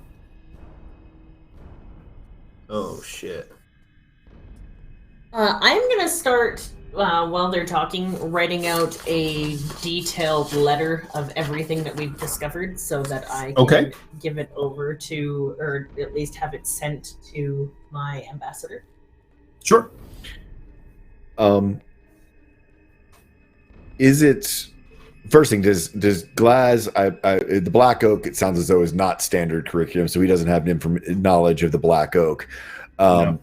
But with Kari saying that it was planted by her people, by elves, and knowing that the world trees were planted by elves, I mean, Glaz is sort of going, well, it is not a world tree, this oak, but it came to be in very much the same way.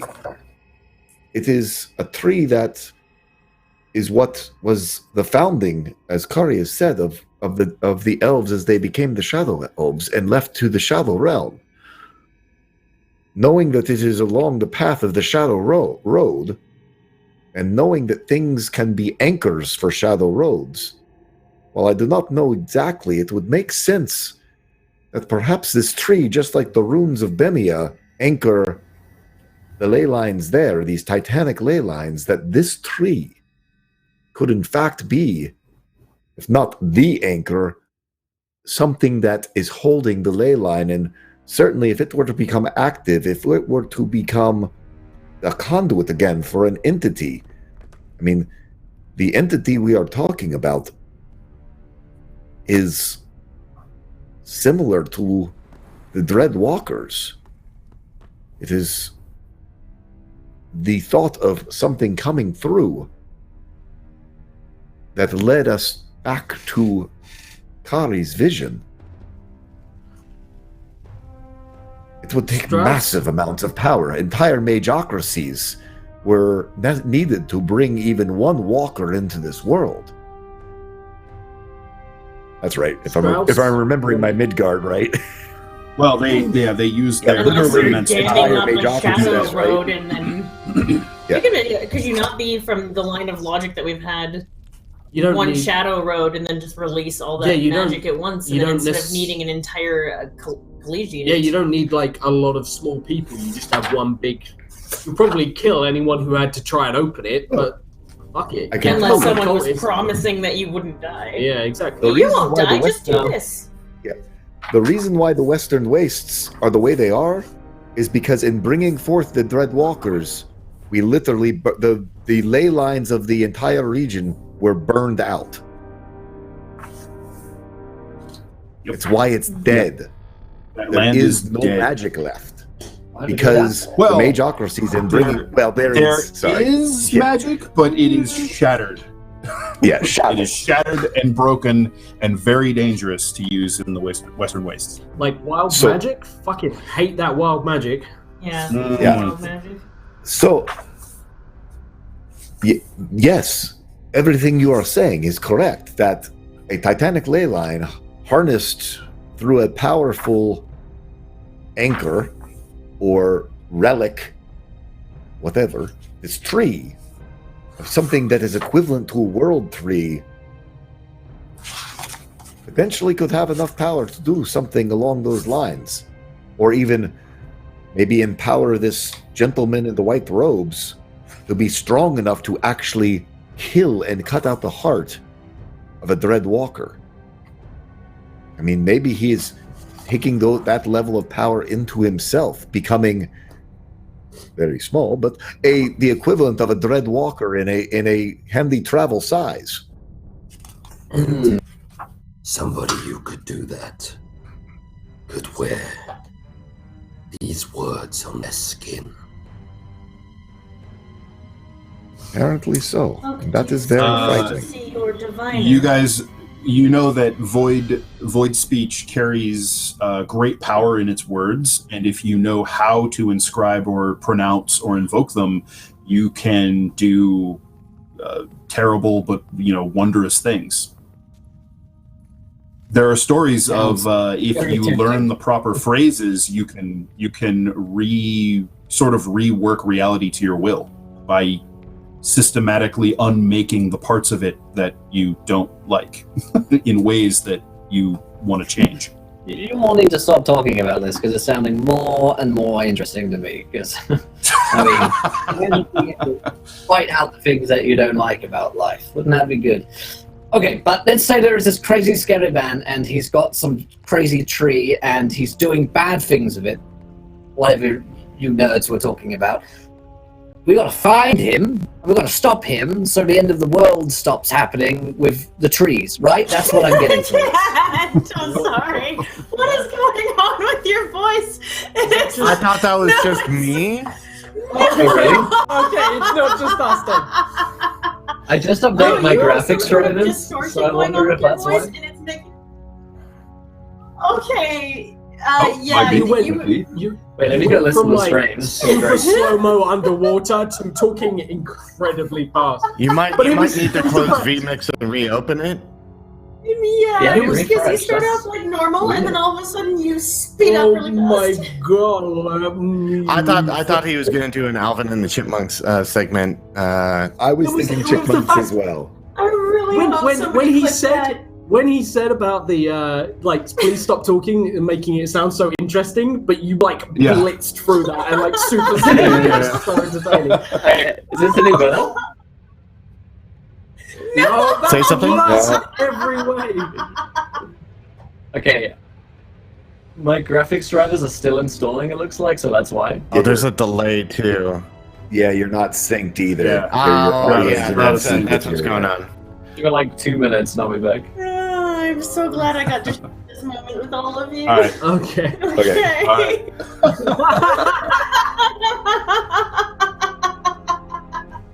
The void. I'm gonna mute us over here. I really wish I hadn't said anything now because it was so amusing. The void has taken me. Fucking yes. That's how it do. That's what happened. You said broken magic, broken gags. Broke. Yeah. We unwrote Will's reality. We did. We Got it. Yeah. Got it. Rewrite the bits you don't like. Bye, Will. Kappa.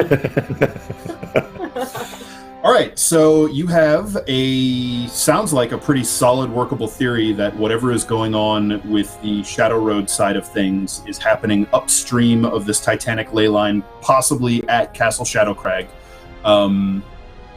based on the words from the journal and your inferences with Kari's nightmares and those the kind of the link of that white shrouded figure with the void speech glyphs on its arms and the Dread Walker.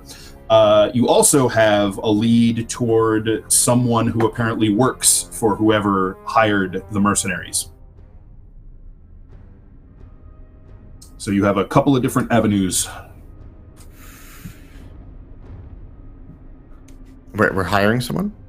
But No. whether You have a work for lead the Black. on. Right. Remember, someone hired the Black Shield mercenaries, and you guys have whoever the man. middleman who did the hiring. So you know who that I is. think But not who that he works Kari for. had go- Yep. Kari had already stated that she was willing to like pack up and go to Castle Shadowcrag as is. She did. And also that Thandisian Thrick may actually be able to assist us in this. If he wants us to work for him, well, maybe he can give us a hand. Where have we left things with Thrick? Because last time I saw Oh, him... right! You don't know! No. Okay, so I will quickly recant the story to you. I mean, in character, but out of character. Yeah. We went, Cloak went and beat up his workers, and we thought that Thandisian was going to come and fuck us up because of that. And then Cloak was like, your guys are fucking stupid because I'm a gnome and I killed them. And he was like, you know what, you're right. Our guys are fucking stupid because a gnome did kill them. You want to work for me? And we're like, oh, we'll think about it. And then he was really nice to us. And that's where we're at with him. Yeah, he apparently charmed your compadres, so they're pals with Thrick now. He's cool. Yeah. Honestly. I like, in all fairness, like I thought he was a dick, and then I spent some time looking at him, and I was like, this guy's old school military. Okay, all right, shit. Yeah.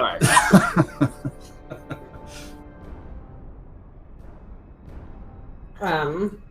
Right. I think Caine's definitely on board with going to Shadowcrag. Again, still don't know I'm blind, but I'm Yeah, he's super not up for going. What if a stool just flies out in front of Caine right now? Then he will probably walk right into it. And then you would hear. Now, did you guys take your leave from the library? Huh? Did you guys take your leave from the library? I believe we're still in the library. We were gonna leave, but Cloak said that he wanted to talk to a diviner of some sort. And then we started like on that plot and like cats. Right. Well, he did say that. Here's my train of thought with Cloak. He did say that because he figured he needed to get more information. But what Glass put into it, and with everything like coming in the coalition, he's like, "Oh, why don't I do that?" And then he's throwing stools in front of Caine and giggling and running away. Okay. So yeah, like you guys will watch as Caine straight up just walks into a load of shit because he can't fucking see it, and then looks surprised, and like he will go as far as to, even though he's in the library, he's gonna fucking draw his sword, but he cannot trace Cloak like at all, because all he knows is Cloak when Cloak makes a giggling sound. Right. And I'm probably gonna start moving around, and maybe if someone doesn't stop me, lash out with my sword, because I'm fucking blind and I don't know it. First, can I get some sort of like? He hasn't outright said that he's fucking blind, but at the same time, I feel like it might be starting to be pretty fucking obvious that he's blind. No, you guys figured out like he's acting like he can see just fine, but it's becoming really clear that he can't.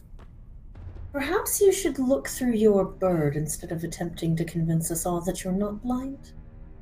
Can I do that? Yeah, he's your familiar. I mean, you've had your bird. Oh shit! You have had strange like feelings, like maybe you had eyes in the back of your head every now and then, but nothing that you've kind of consciously done. No. Can someone guide him because he's getting agitated? Yeah, I'm going to be your seeing eye, Shadowfae, for the moment, and I link my arm through yours. Until this either goes away on its own or we can find you a cleric, I insist that you stay next to me, as horrible as that might be.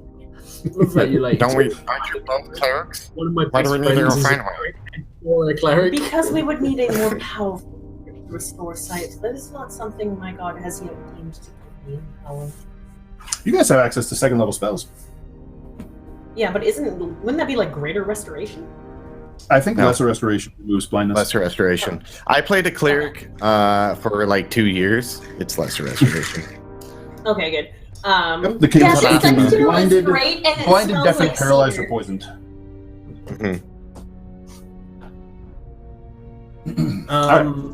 Okay, yeah. Study for that then. Okay. And well, yeah, I will finally sort of say like, no. Like Caine and me both can't comprehend how to describe this in ways that would make sense. What are you talking about? Have you seen the movie Daredevil? Yeah. Okay. So how does Caine turn around and go? Have you seen the movie Daredevil? You say that I see things that I can touch, but not being able to see other things. But no, I'm seeing like that one episode of House. Oh god, that's such a good episode. Yeah. I will be able to restore your eyesight.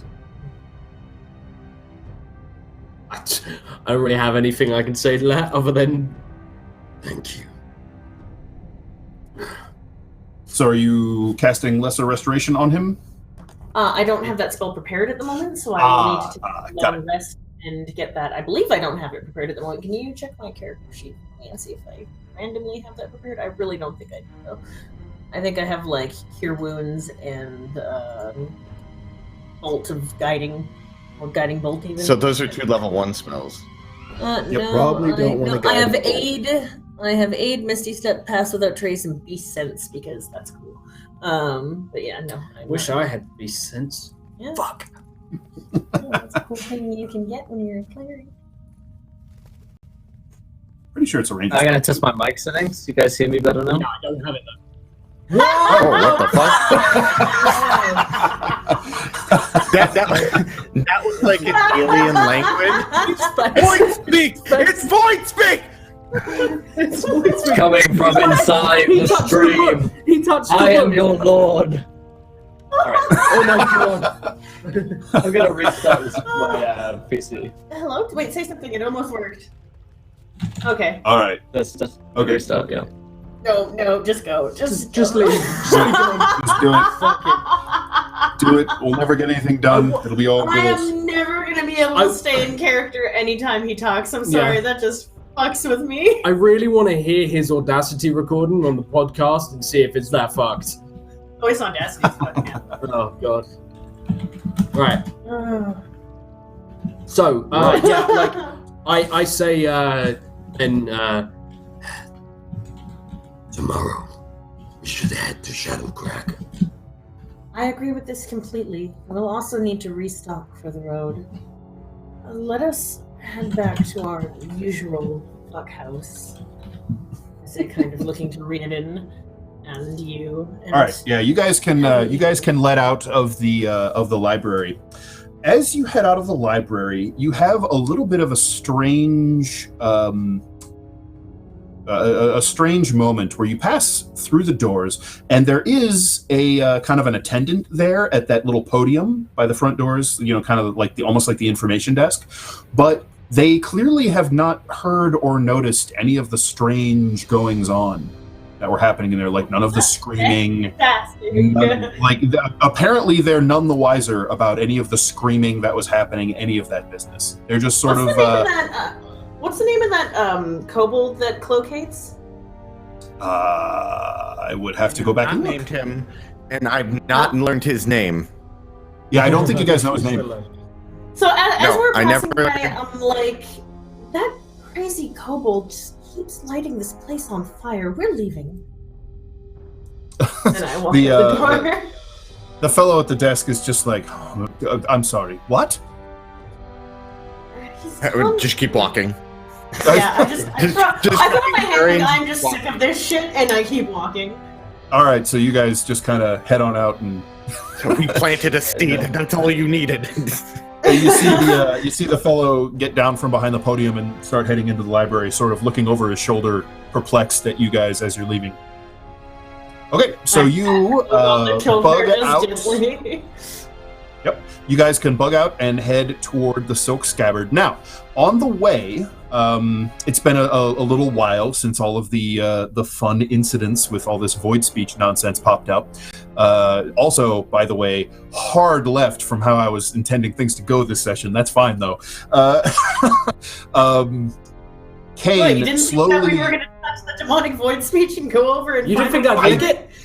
No, I did not think you were going to transcribe a bunch of void speech and then, hang out with trying to translate it. Right. What are you doing so, in the library, Dan? I mean, come on. Have some fun. Yeah, fair enough. On the way to the Silk Scabbard, as you guys are traveling along, Caine, you start to realize that what you think you're seeing is now matching up with what's actually there. Is that just solid structures that have been there for some time, or is it with people as well? No, like when people start to talk to you while you guys are on the way, like you can, Kari's touching your arm, you kind of have the idea that she's there. Glaz says something while you guys are traveling, and you look, and he's actually saying it where it looks to you like he was.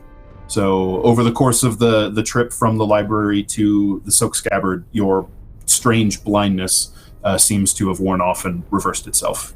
You're seeing just fine now. I will test this when I get back by juggling and stuff, just tossing stuff up and catching it and checking. Yep. Everything seems to work just fine. Yeah, you have somebody toss you a coin or an apple or something, and you can catch it. Yep. I look at Kari. So it looks like you were only blind for around about an hour because I rolled a 1 on a d10.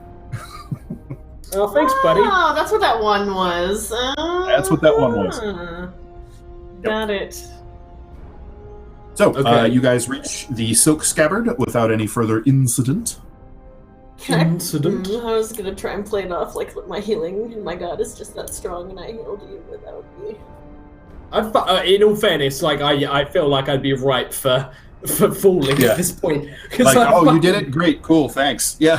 I'm fucking... Because I don't know how any of this shit works. I still haven't figured out how I can read shit, although apparently if I touch shit... It's just the blessing of the hunter. So, Glaz, do you happen to have in your spell book the spell Comprehend Languages? Stand by. Let me see. Guys, Excuse you know me. what you do if you do have that spell, you should read some fucking void speech. It's great. It's the shit, sir. It's the shit. All kids doing nowadays. You get so fucking high that you go blind. It's great. It's the best experience. I'm still checking. Give me one moment. Give me one Have we got moment, please. Have we got so far Sure. accidentally summoned an ungodly I did fire not. elemental I did in the not library? take. I did not take comprehend languages. Okay, so you can make an intelligence arcana check, and I'll give you advantage, because there's been plenty of evidence. And actually, Kari, you could make one as well if you like. All right, that I is. believe that Fantasy Grounds is down right Oh, it this second. sure is. Yeah, because No, I it's believe... okay. That means I get to roll a real dice out of my dice Yes. jail. Please don't take this away from me. It's a brand new No, dice that I no. got from Tabletop Loot, and I'm so excited Use because them. they sent me a whole bunch of dice for my birthday at Tabletop Loot. Okay. Good golly, yes. By all means, Wow, roll the good dice. lord. Yes! Can I move the camera? No, don't touch I won't. anything. Yeah, it's like Okay, that reaction. We both will. I think we can all agree that was real. I believe you. I'm just telling you guys, you could say, oh, well, look at that. I rolled a natural 20 with just the perfect deadpan. I'll believe you. It's okay. I trust you guys not to cheat your die rolls. Okay, I don't so want to so Those are yes, Zeus you, dice. Kari, going through all of this stuff, figuring out how he was able to wonderful effect translate that strange alien mind-bending language that isn't a language. He is under the effects of a comprehend language spell, or was, maybe not anymore, but he was when he did that. Although you didn't see him cast anything. You definitely didn't cast any magic, but yeah. We're under the effects of a comprehend language spell, but to my understanding, the spell should not be lasting that long. Hey, he's back. Test. see. Test. Yay! Yay! Yay! I'm gonna forever miss Void Will though. Forever in our hearts. Okay, yeah, dude. I really think that it shouldn't be that we get to donate. We need to be able to donate Void Will. For the voice. Yeah. I think that should be the donation. None of this other Nobody can be I'm sure trusted Dan with that can button. make a stat block. It will be great. Oh, okay. I thought you meant they should be able to donate to make his voice do that. And, Oh no! Like instead of donating Libra Yeah, Jenkins, we should be able to donate. Void Will. To make the voice happen. Yeah. Yes. all right, yeah, no, we're not making the voice Is it happen. possible where they have the evil side of themselves? Yeah. Yeah, I think they Or Scott Pilgrim as Mega well. Will. Yeah. All right. So, what's the plan? Will, to catch you up, you have taken your leave of the Arcane Collegium, and you guys have traveled back to the Silk Scabbard. On the way, that strange blindness, essentially, that Caine was suffering seems to have subsided, and he can see just fine now. Looks like it lasted for about an hour after his little incident. Interesting. All right. It Well, was a- as long as it was a temporary we can find condition. this scary tree man and stop him, whatever he's up to, then I think our goal is clear. Find Okay, weird so, tree boy, kill him, stop it all, Right. take the power. We're going Take to the power go from him. to Castle Shadowcrag and investigate the tree. Okay, so your plan is to Um, just basically head north to Castle Shadowcrag, right? After Well, we stop. It's not in the city. Oh, no. I would No. like- Castle Shadowcrag is about a 3-day travel north of the city.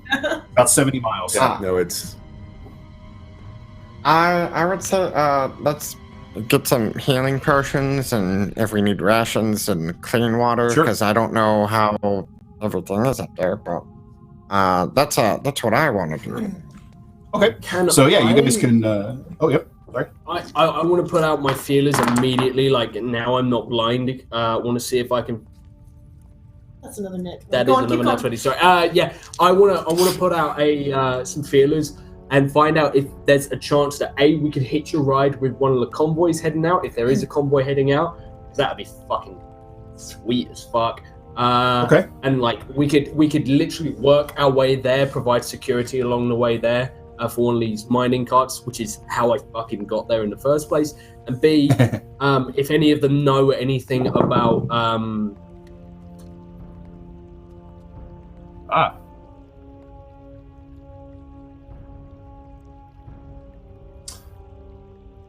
Right. So you're checking with your kobold contacts, right? Oh, Or really? just kind of, or you're just kind of putting the word out to see whatever you can find about anything, right? Or are you specifically trying for kobolds? Yeah, no, I'll put out like I know the kobolds were in the area. Space, I can't handle this episode.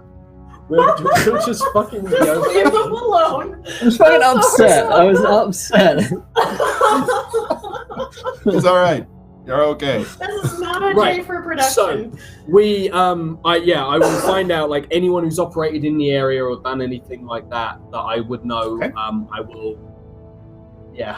will see if I All can right. make contact. So it will take you just a little bit to kind of get the word out and hear about what's going on. So let's see. Why don't you make me You could make me an intelligence investigation check. Okay. Does this come under my I think it's Heart of the City? Pulse of the City? I'm waiting for Let's see. Oh, your Pulse of the City. Pulse of the City lets you find specific things. Looking for information is a little bit less so. Okay. Let me double check real quick. Would a thing include a convoy heading in that direction? I don't know how far I can flex it. It's like a commodity, right? Like you could look for a specific object or a product or a substance, that sort of thing. Yeah. Ranger Zovek. So you have advantage on charisma, deception, and persuasion checks. Maybe it's your favorite enemies. All right, and you have favorite enemy city. What are your favorite enemies again? My favorite enemies, I believe, are It's two types of humanoids, right? Yes, it's Shadow. Is it Shadowfae? Yeah, Shadow Fae and It's humans, right? humans and Shadow Fae. Yeah. Okay, so you can go ahead and make a persuasion check with advantage. Sweet. Let me just bring up my. I'm also going to be rolling RL, and I am hoping super fucking hard that I'm going to be as good. What's my persuasion at advantage? That's still a -2. Fuck. Yeah. That's a 0. That was so close to a 20. That's a 0. Advantage, so. That's a That's 1. a 3. Okay, so a 1. A 1 at advantage. 31, but 31 All right, at advantage. Okay. bet you wish you had some tables. So you put the word out, and it is taking a bit of time for them to get back to you. So what other preparations do you guys want to make in the meantime while you're waiting for Caine's information network to slowly trickle its way back to you? I'll dedicate like all my time to that to make it go as fast as possible. So I'm just going to rely on the party to do other. Okay, so basically, the result of your crappy roll there is going to be essentially that you're going to have to spend the rest of the day doing that, rather than being able to just kind of put the word out and then do anything else you want to do. So you basically have to babysit it to make sure it's not going to fall flat. Anything else the rest of you guys want to do? You can buy common stuff like potions of healing, I'm taking for supplies that you sure. want to make sure you get.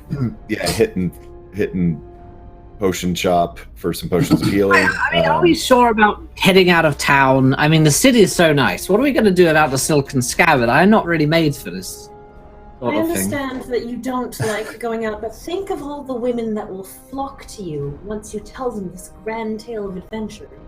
My persuasion? Women have very little sway over me, Gary. Think of all the But I favors suppose. you get once you tell people of this great adventure. Yeah, people I love tell a them these hero's things tale. anyway. I tell them loads of things, and I've done none of them. But Oh, I suppose if real it's tale. tree person that we've got to stop from destroying the world, I guess I'll be there. Not because I like any of you, but I just happen to be there. I'll come with you. I smile and kind of look down at the ground, knowing that he is perhaps warming up to us and not really wanting to admit it. And that's understandable. Big softy. Stop giving me those. That look. I don't like it. All right. So. I assume just standard pricing if it's standard stuff. Oh yeah. Yep. How much is a Yeah, potion? I want to have 2 50 healing gold potions. each. Jesus. Can I For haggle? potion of healing.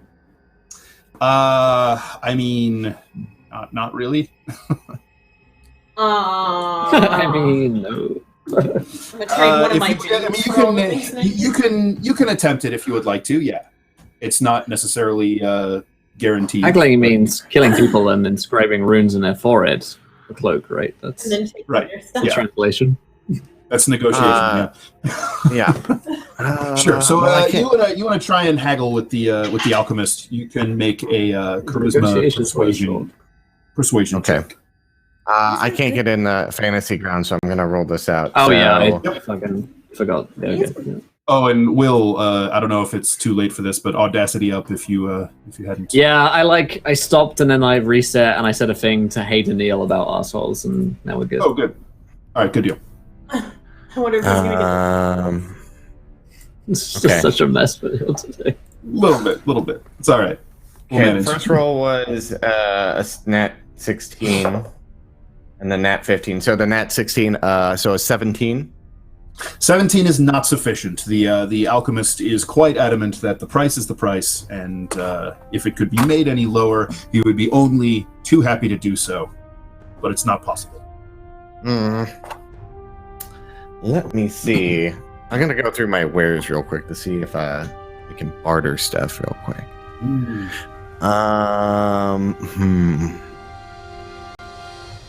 I mean, you guys have a couple thou worth of Requiem burning a hole in your pocket.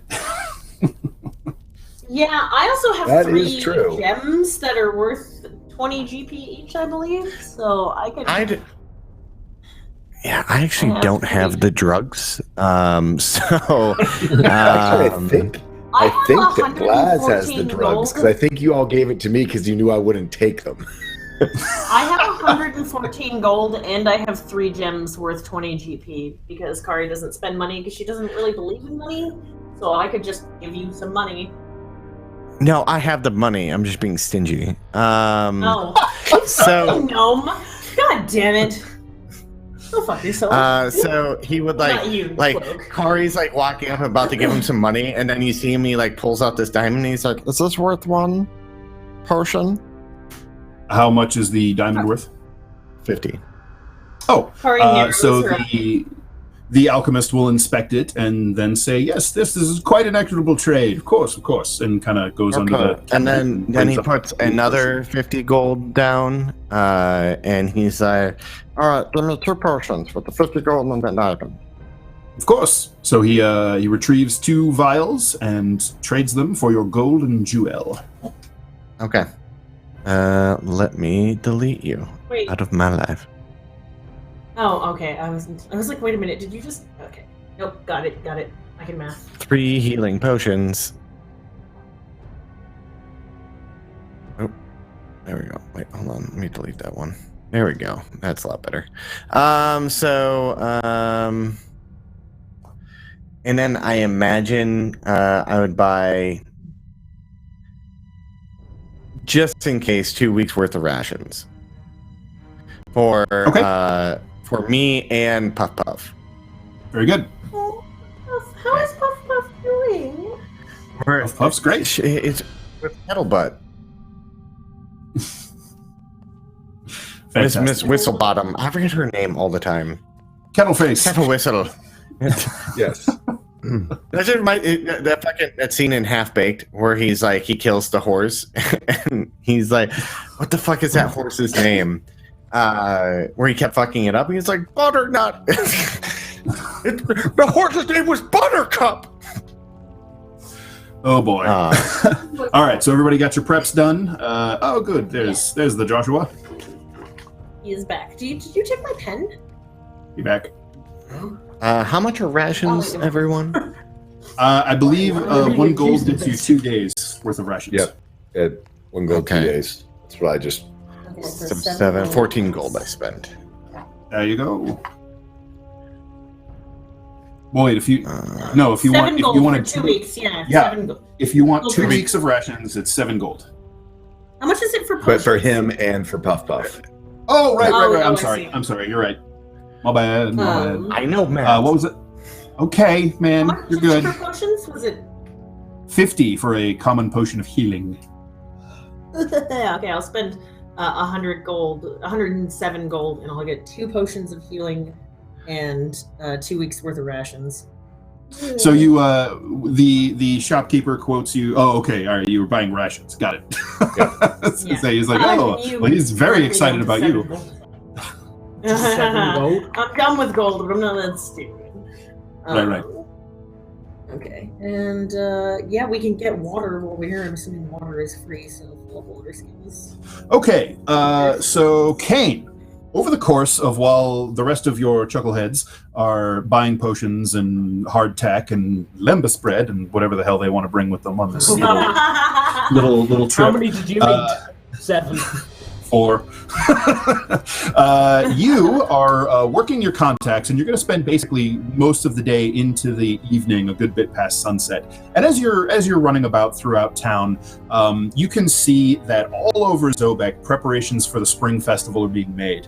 And what that really amounts to is just flowers everywhere. So there are these flower wreaths and garlands being hung up on doors and outside shops and adorning street light poles, street lamps, that sort of thing. The spring festival is sort of it's a combination of a lot of things, but it is a great sort of citywide revelry, and it is of note. There is no pay for companionship during the spring festival. Instead, courtship is handled by giving someone that you fancy a bouquet of flowers. And it might even be just for, hey, you're cool, I like you a lot, here's some flowers because you're awesome. It doesn't necessarily have to be for any sort of hookup or, trying to start an actual romantic relationship. But that's just sort of a buzz and in the air. So there's this very spring floral scent just kind of all over the city, which, pleasant if you're into that sort of thing. You, however, end up in some of the darker, nastier underbelly where knuckles are constantly split and you're watching every shadow to make sure you don't catch a knife in your ribs at an inopportune moment. And you learn that there are indeed a few... There's a wagon train of kobolds that has recently returned with ore from the Veslau mines, getting ready to turn back around and head back out to the mines. You also learn that there is apparently a small wagon train heading to Castle Shadowcrag itself. And the individual telling you this is a kobold who works at the kind of at the drovers where the wagoneers all kind of gather together and where they have their livestock stabled and where they pick up their cargo. And he kind of gives you a sly look and says, "This is not usual. Something different. Not sure why they're going to Shadowcrag. Nothing there. Just crazies who don't mind the ghosts." So, they'll be needing protection. Maybe. How much gold? How much gold do you have? So if you want more information out of him, he can try to dig into it and find out. But he's kind of rubbing his little claws together. We have fantasy grounds? Speaking of how much gold do you have? We're Been trying a to long figure that out right time. now. Yeah. Been a long time since I saw some griffins. And griffins being the gold coin minted in Zobek. Gold griffins. Oh, right. Okay. All right. I'm pretty sure I have a gold piece as I'm loading Sure, this yeah, back or up. you have a couple that you could, you could chuck Yeah. at him, no problem. So you grease his palm, yeah. and he scurries off. He comes back with kind of probably about an hour later, and has a little bit of a frustrated expression, and he says, "No, they take no guards. They're using only their own people, only their house guards." House guards. Mm-hmm. Yes. Oh, House. I will. What? Oh. Sorry. He No, says, I "House." spoke too soon. What? You keep going to say it. No, okay, right. He says, "Yes, just their own guards, House Zealous." Do I know anything about them from round? So you know that if you remember from the recap, I mentioned House Zealous as the ones who are into the botanicals. They grow flowers, they grow herbs, and things for the making of magic and alchemy. And also, Vandesian Thrick found that the fellow who hired his people for a third party to do the security work down in the cartways that you ran afoul of, he learned that guy was a man for House Zealous. This is all starting to tie together. I look at him and I'm just like, Sounds like dangerous work. Not something I want to get tangled in. Yeah. But I've worked with the kobolds before. They need security. Sure, they could always use a too-tall that knows how to use a sword watching their backs. Certainly someone who's got a good reputation. And he sort of flashes a big sharp-toothed grin at you. A reputation draws like-minded individuals. I have a strong crew. With All right. I think perhaps could find a place for your people if you want to watch and keep the dangers of the Margrave at bay. 1 gold per day. can I? Is that standard? Can I like? That's a little bit of a low ball, but I mean, for guard work, it ain't bad. Can I? What do I have? I have intimidation. It would be persuasion or intimidation, depending on how you want to go at it. I'm gonna go with intimidation because right now this is just a sweetener. Okay. All right. Sure, you can make a How do you? Oh wait. You just kind of like. He gives you the figure, and you just sort of like glare at him silently, like keep sliding, or.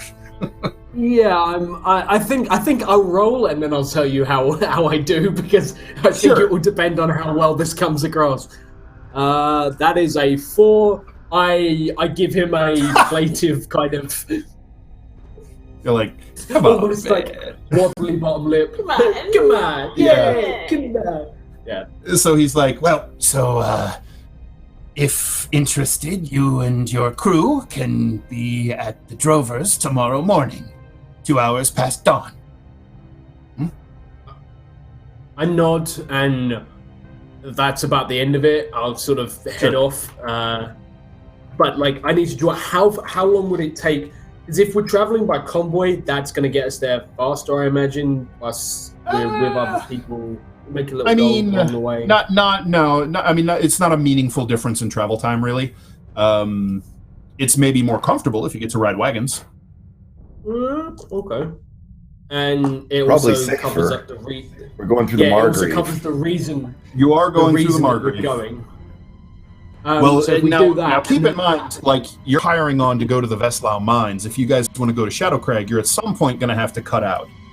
You might, get to the mines and settle up there and then be like, well, good luck on your return trip. We got to go. And then just So how far west. out of the way is it?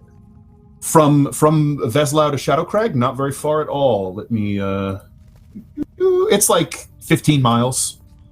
So, So we could do that in a day. Oh, easily, yeah. Couple hours. All right, so especially with you and Cloak, you can navigate through the dense Margrave, and you guys don't even get slowed down.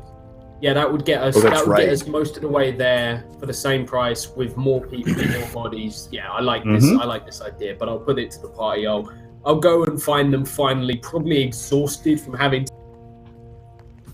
all day, and it's just not gone well. Like, keep asking for contacts, and I'm like, Jim, like, he fucking runs this establishment, and I find out Jim's been dead for 2 years, and someone else owns it, and I'm out of the loop. Bollocks. Yep, you spend quite a bit of time doing that. So while you're putting the word out and tracking all of this stuff down, you also run across another interesting bit of gossip regarding the Black Shields. You hear the word that apparently the Black Shields have run afoul of another gang known as the Cloven Nine, and that makes you sit up and take notice. The Cloven Nine are run by tieflings, and they have a distinctly nasty reputation about them because apparently they think the Cloven Nine are sacrificing Black Shields to Mammon, the Lord of Greed, the Archdevil of Greed, because apparently they've been finding dead Black Shields. Yeah, Mammon, with infernal script cut into their corpses. Do I know what the Cloven Nines? No, what's going on? Nothing. Just move on. Just move on. Ignore him. Oh, God. It'll be fine. Okay. So yeah, do they? Do I know sort of their the Cloven Nine's response? No. This is just are like they taking credit? No, hard to say. This is just like word on the street. Like, yo, I heard that the Black Shields must have screwed over the Cloven Nine because we found some of their dudes dead, and there was like this crazy devil script cut into their bodies. I bet the Cloven Nine are making sacrifices to their archdevils. So could be bullshit, but yeah, it could be bullshit. But I mean, for example, if someone were hiring the Black Shields and then using the sacrifices, it would be really good to blame someone else. Oh yeah. Yeah. Okay. Oh yeah. Okay. Right. So there's a chance it's an actual thing. That'd make a decent scapegoat for sure. Yeah.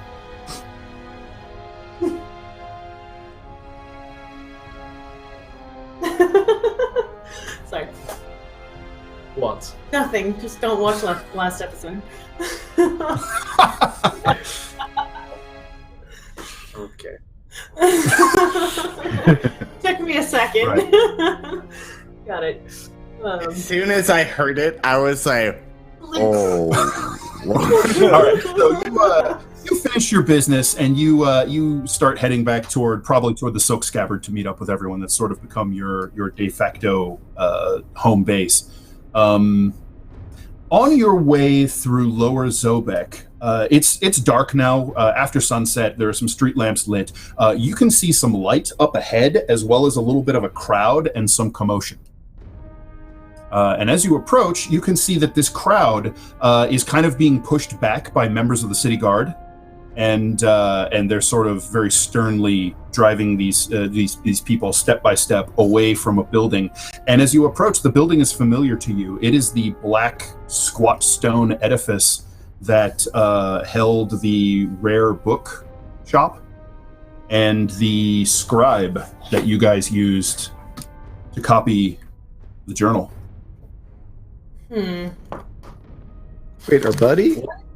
Mm-hmm. Yeah. Well, wait, we all see this? I would hesitate to call him your buddy, but Well, whatever. I mean, he is Yes. a person that we He's know in cute. Zobek. truth. At that point, he is Glaz's friend We're- because he knows Glaz? him, and therefore they're friends. Yeah, Glaz is that's, everybody's friend. So Yeah, as fair. you approach, you can see that it is indeed Olmar's rare books, and you can see that the front door is not only open, it seems to be splintered off of its hinges, and even bits of the stonework are sort of gouged, and the guards are holding people back from it.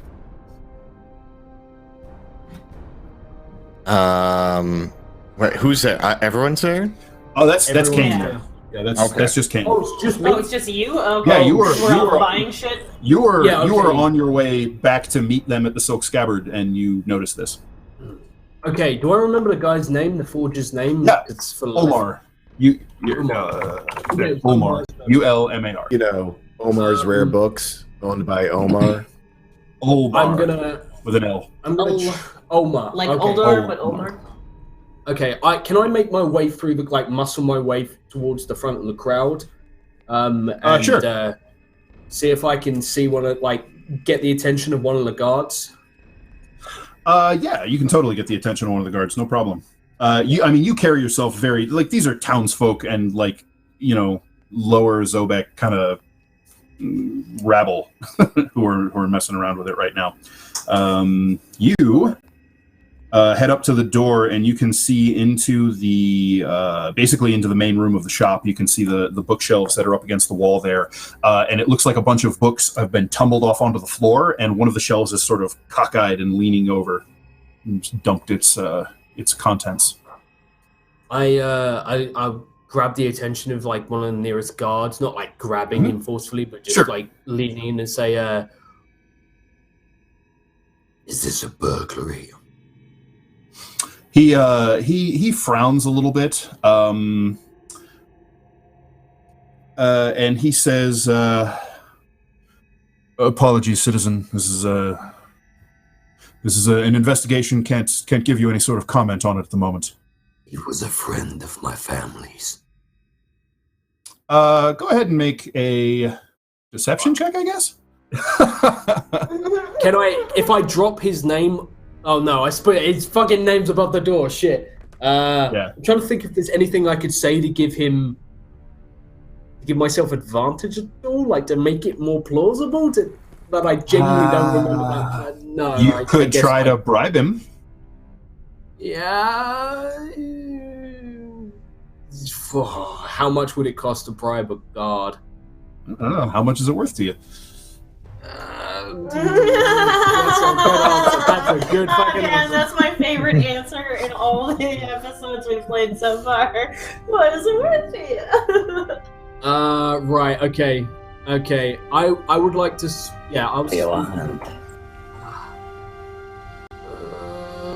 I'll offer up 3 gold pieces for information that is easily more than he would make for a day of actual honest work. So, all right, I will give you advantage on your check, and I'll take it into account that you're passing him some money. So go ahead and make a you can do a persuasion, I guess.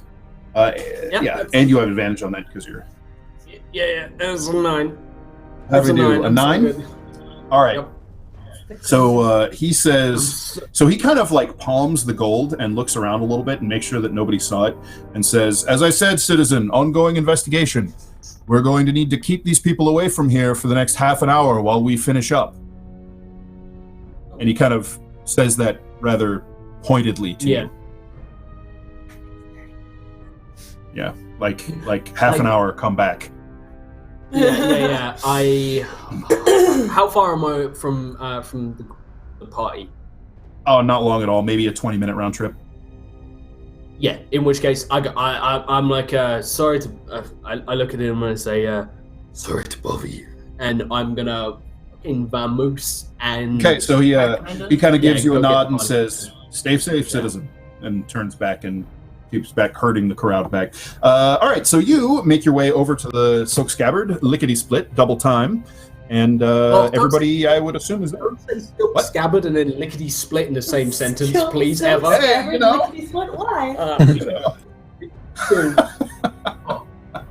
Moist in the most horrible way. Anyway. It's not that bad. It is. I don't know. It actually gave me goosebumps. I'm Right. going to say that all the time off camera now. Thank you, Dan. You're welcome.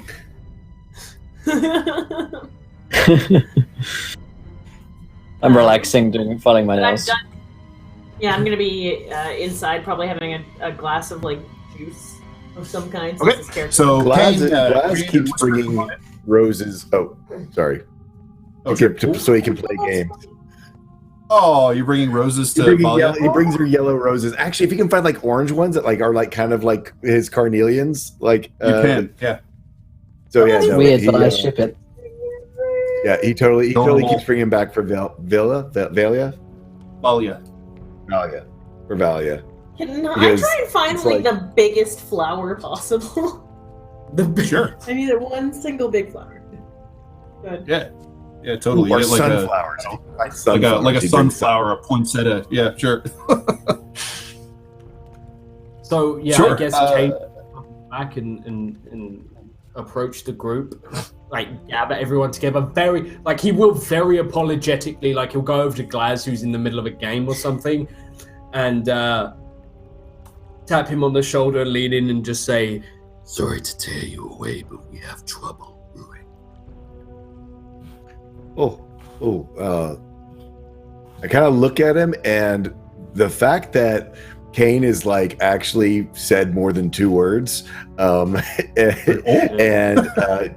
is in trouble that Caine normally just takes care of trouble. It'll be like, Valia, I'm so sorry. I have to concede. It seems as though my companions need me, but I will return while the festival is still on. We can perhaps play some more of this new game sometime soon. Well, I look forward to that. And, well, I suppose you have to concede, but I don't accept. We'll finish this game out next time. I thank you. Thank you so much. I smile and I look at her and like I've never done this before in my entire life, and I've been friends with Reardon for a very long time. But I look at her and I say, Glass didn't lie about your beauty. and She, like I she give kind him of a presses her slight fingertips nudge. to her throat, like, you have the sweetest friends. And she kind of places her hand on your arm as you're getting Riordan up. is just watching this absolutely tragic set of events unfold. Mind You have blown. the nicest friends. You have the sweetest friends. When she met Cloak, he's like, you work at a fuck house. Like, She called them both friends. Oh my god. I would like can't to watch. try to sneak up on Cloak, if at all possible. He's paranoid, so I imagine this would be pretty hard. Cloak isn't there. Oh no. Fuck you, edgy motherfucker. Cloak's at Kettle Whistle's house with Puff Puff and fucking, because we're not leaving till the next day, so he was like, I'm gonna go read. That's literally what he would go do. I will hang on to my flower. Oh, didn't you say that you All wanted right. to get us all together? Yeah, I don't know where Cloak is Okay. though. That's right, you don't know where he is. Oh, Okay. I figure at some point you'd be around there. He'd gather you all together, unless you don't want to be present, which you don't have to be. What time of day is it? That's actually a good question. What time of day is it?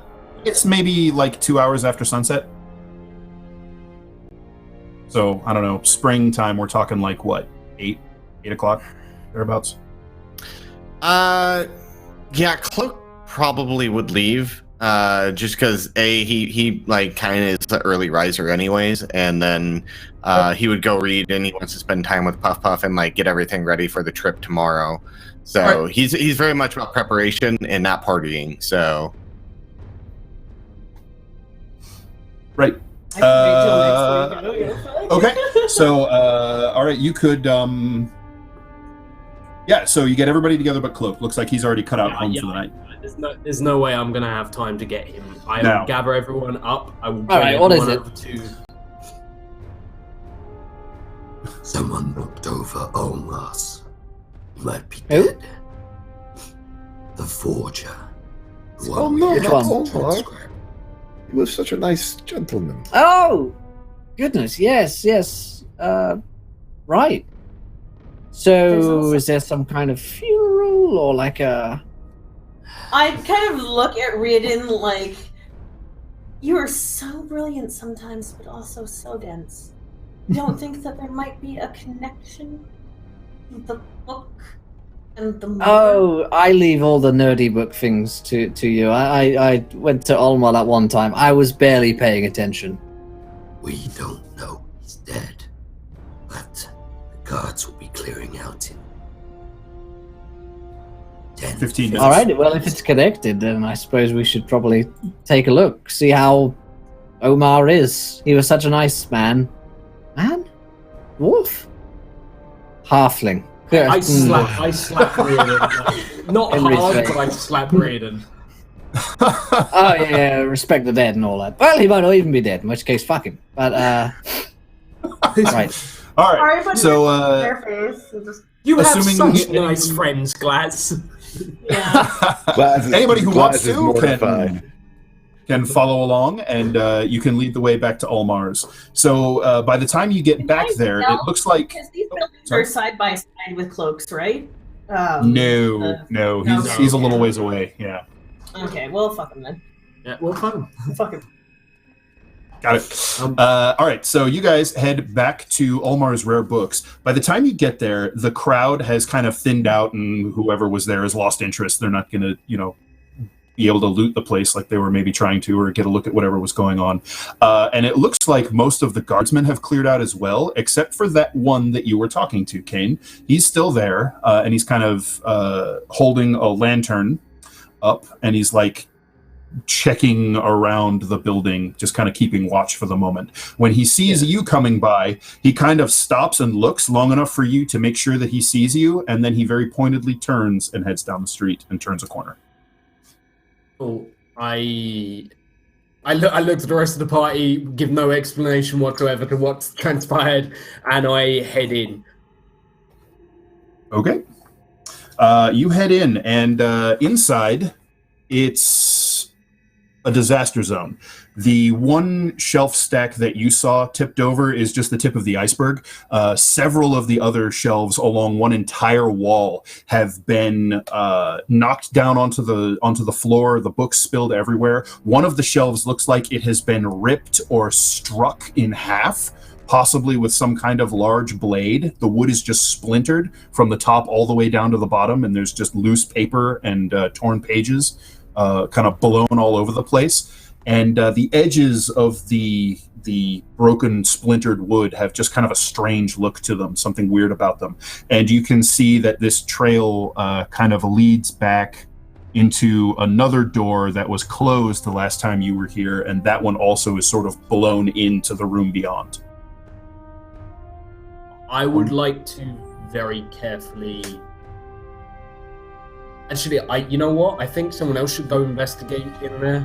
So, and I should check in here because I'm going to try and CSI with survival, see if I can figure out what caused all this. Okay. I'm gonna look for a I was body. going to ask Yeah. if, is it, you said blown in. I mean, does it look like magical damage? Yeah, that's right. It looks like Two rooms the blown front in. door. Okay, one was there's destroyed by the definitely... So on each of the bits of wood that are cleaved or broken, particularly on the doors and the stonework as well, there's something odd about the quality of, like something has happened to or something's been done to the material.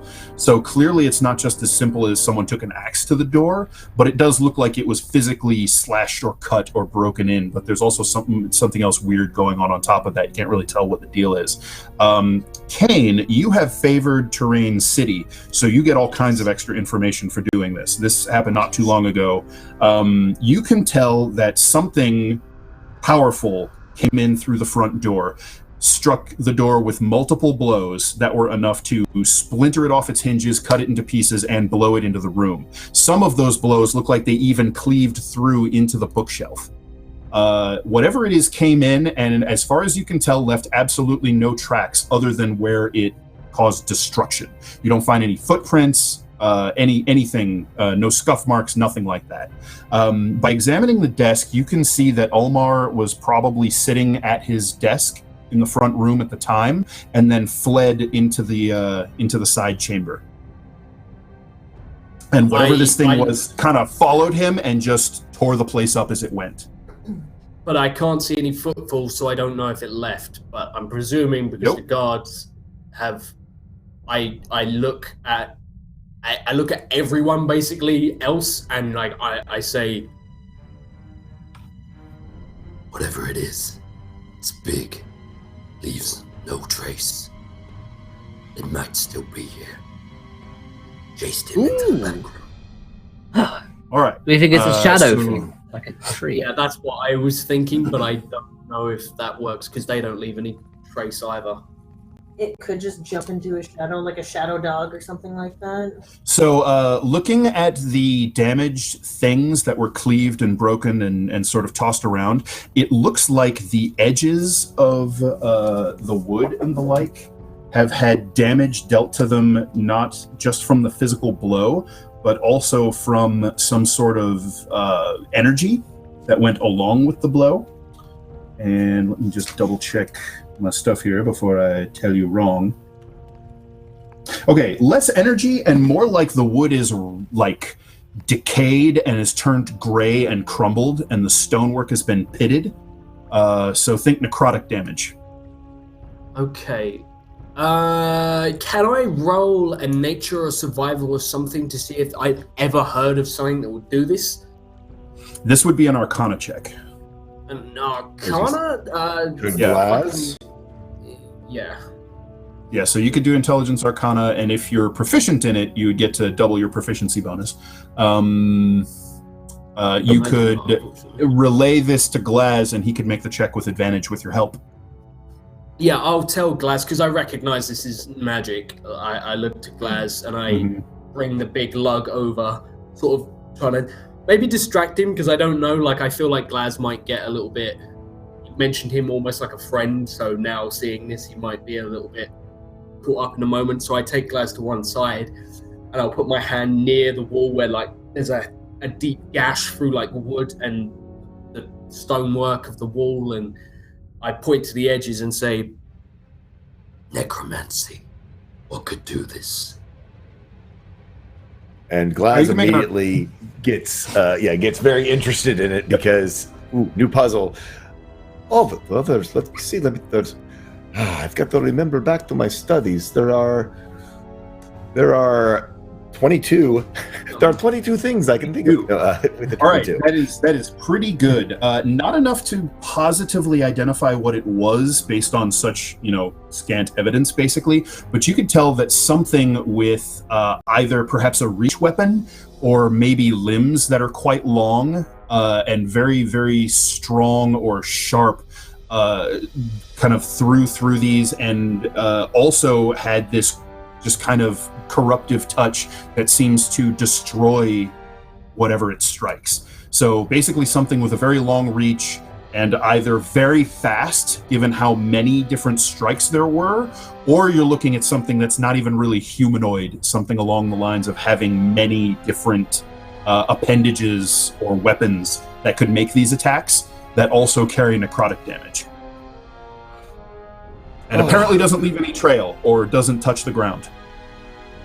Now that is very interesting. It was very fast, it could reach, or perhaps was making multiple incursions into this room at the same time. Dan, would Glaz know whether or not clockwork mechanisms could be infused with necrotic energy?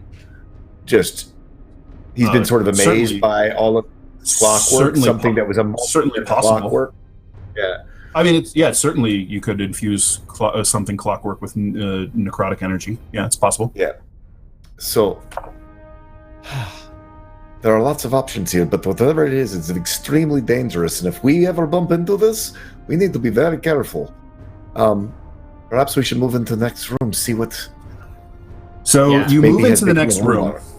The second room is much like the first, except you can tell on the few of the shelves that aren't demolished and destroyed and scattered all over the place, that this place, unlike the front room, is very meticulously arranged. This looks like a collection that he kept under lock and key, and he apparently the front room, it looks like it was almost deliberately disorganized to try and make it difficult for people to find what they're looking for or find anything. This room is not like that at all. And back here, it looks like the volumes are of much greater value than the ones that are displayed up front. You can see yet another door leading back into a third room where the trail of Olmar leads, Caine, and that one too is basically rotted off its hinges into the back room. Assuming you guys want to follow into there, that back room is a workshop where it looks like he does bookbinding. And also there was what looks to be a stout iron safe behind the workbench, and the workbench is kind of cut into 1/3 of it has been sliced off by whatever it was that's been laying about in here. Behind the workbench, you see the remains of Ulmar, the dwarf. He is crumpled. He is crumpled against the wall. His head is lolling to the side, nearly severed from his neck, and his eyes just stare glassy straight ahead.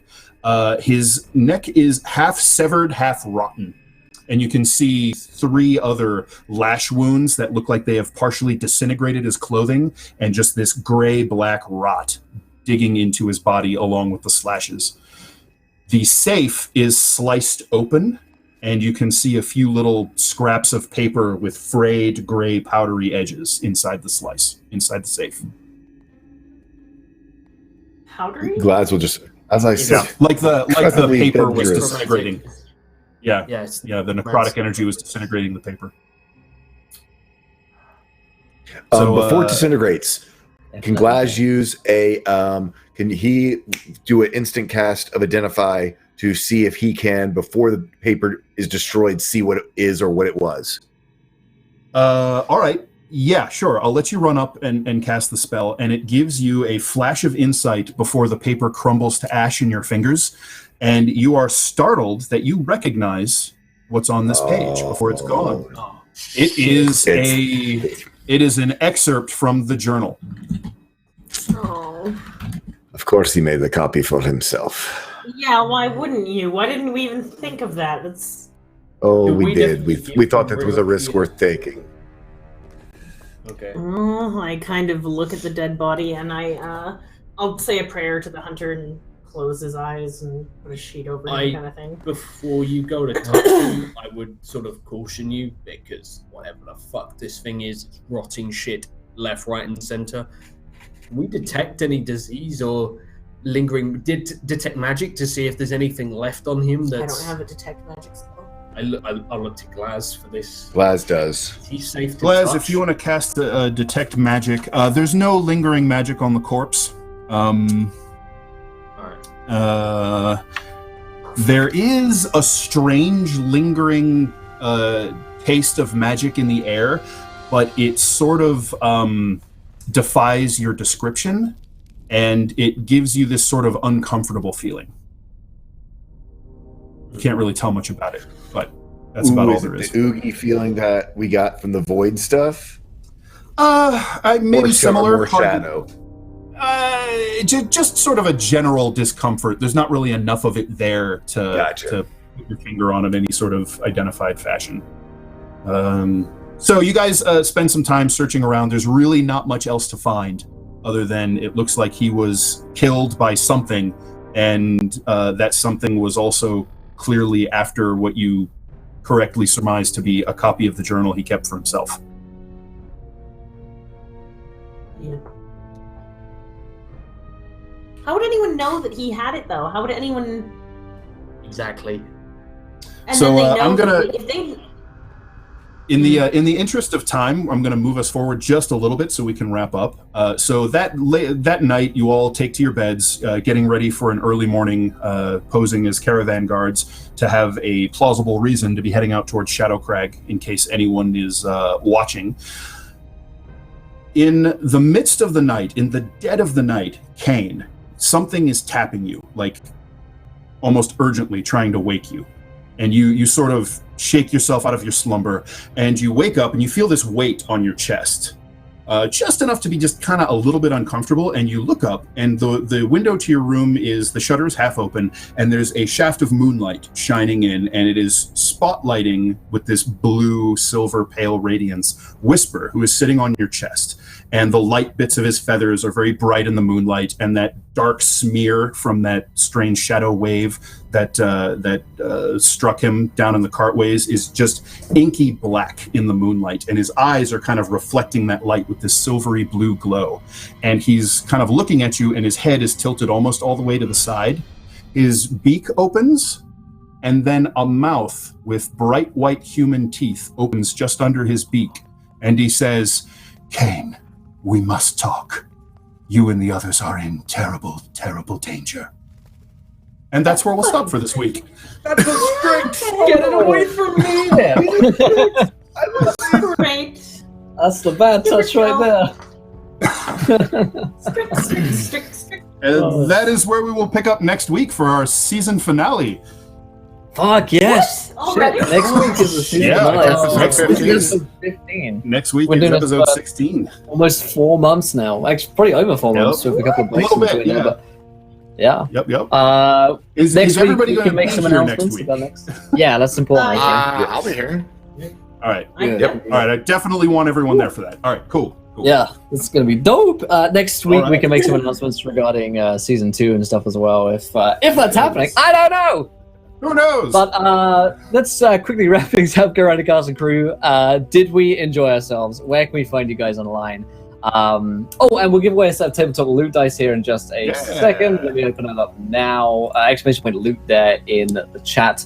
I'm going to run off to another stream in just a few minutes here because Sid is about to cut my hair off, which is going to be fun. But What? No way. Bullshit. Bullshit. I promised. I made a promise on the 40 Way to hour cut stream off that like if we this got like much. Fuck off. no, Today has been it's the death getting of all off. hair. Yeah, it's all going. Yeah. Yeah, no, I made a promise on the 48 hour if we got like 100 new subs that I would fucking cut it off, so it's happening. All right. But the beard is staying, so I'll look still like an actual adult rather than a minor. But Dan, how was tonight's game? Where can we find you online? Oh my gosh, tonight was incredibly fun, and I had 2.5 pages of notes that we just whoop.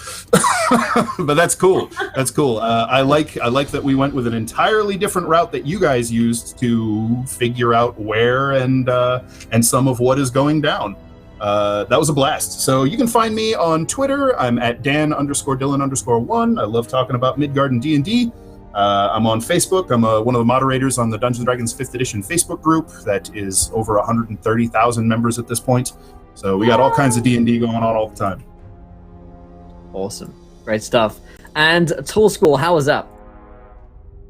You guys know I love Midgard, and we got to delve into void magic. We got to delve into the Western Wastes. We got to delve into all the fun and exciting things. We got to delve into void taint and all of the things that happen when you come in contact with the void. I'm just like, I'm being my Midgard geeky self about the whole thing. You can find me as Tall Squall all over social media and on my Twitch channel, and also Bird vs. Plains Twitch channel, as we keep doing stuff with Bird in the Storm and stuff on his stream as well. So check us out. Awesome. And Laurelania, how was that? It is great. I'm really glad that the party is kind of cohesively moving in one direction, because it's kind of weird how we were all branching off and doing our own things, and like all of a sudden it's all going back together. Usually when parties split like that, it's like 8 different plot lines that you have to keep up at once. So kudos to Dan for wrangling this herd of cats. Also, I'll take it. You know where you find me? Here, season 2, when we have season fucking 2, because we better not end like this. I honestly, we'll see what happens next week. The game, that was one of the most cool nat 20s ever. Yeah. Also, I long live Void Will. Long live. I'm gonna That figure was out. I'm gonna figure out my soundboard. I'm gonna listen back because I couldn't hear what it sounded like, and then I'm gonna modulate my voice. It was like a little bit of an elevated like distortion. I like it. Yeah. Mhm. I'm sure you've already tried this, but make sure you unseat and reseat everything in your computer if you're having issues. You'll be surprised how many times that can function. But yeah, that's great. You can find me here on my roleplay home of choice, Encounter Roleplay. The tabletop stream of choice, Encounter Roleplay. Amazing. McCloakin, how was that?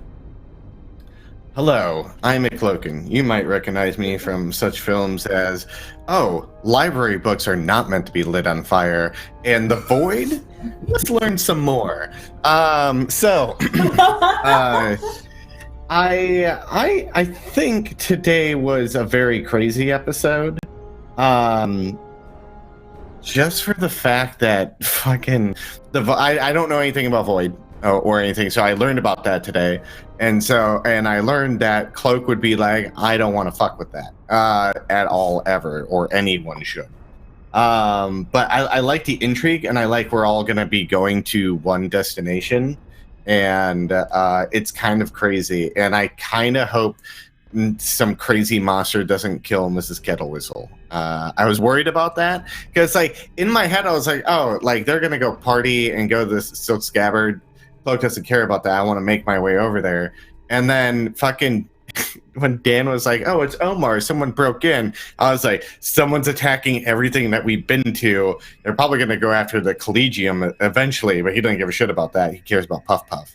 And so he's hanging out with Puff Puff, playing fetch, and innocently doesn't know anything's going on. So, but you guys can find me at McLoken. Tomorrow I'll be doing my show, Chosen, which will be on mixer.com/storyquest. I'm on a few other shows as well. Always just follow me at my Twitter and find those.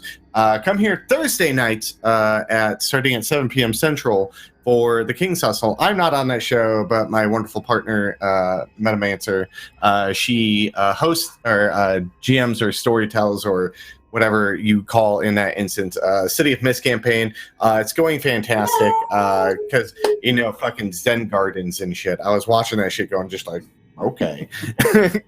But it's a great time, and I love you all. Awesome. Thanks so much, McLoken. And last but not least, Josh. I've slowly throughout this campaign become afraid of reading, writing, hearing. Fuck all your senses. Senses. I went blind. Just everything. Just like talking has been changing for me. Like fucking everything is terrible. And now even when I sleep, I'm being harassed by things that shouldn't be able to talk that are fucking talking. It's traumatizing. Yeah. If you ever come across the void, here's some advice. Don't lick it. Don't poke it. Don't touch it. Don't put your... Touch it. Read it. Put it in. Bop it. Just don't put it in your mouth. Tip-X that motherfucker. Tip-X that motherfucker. Just all over. Now get rid of it. But whatever you do, try and willingly understand it because it's bad touch. It's a Canadian song from many months ago. Mm-hmm. Okay, so yeah, it was truly traumatic, and I can't wait to start next episode by shitting myself in my own bed when a Strix sits. It'd be great. That's just Not how just Josh the starts Strix. every stream. That's That's not an in-character thing. That's just That's my pregame. This is my pregame ritual. Yeah. warm up on the bed. It saves time getting ready. Yeah. And not just any Strix. That's Whisper. Yeah. Fuck you. Okay, fuck you. My bird. It's not a Strix. Okay. Fuck you. Fuck you. Where can we follow you? I said Follow I you want a online, nice Josh, normal before thing. we You get can out. find me online as Encounter Josh on Twitter. You'll also be able to find me tomorrow night For over our on episode 1 of our new campaign, Trinity, episode 1 tomorrow, 12 o'clock PST. I'm going to be playing a Theurgy Wizard. Josh is going to be DMing. It's going to be a one-on-one campaign. It's hopefully going to be my first ever, if I don't die, obviously, campaign from level 1 to level 20. We're She's hoping so for this to funny. go on many years. Yes, I'm very excited about this, not going to lie.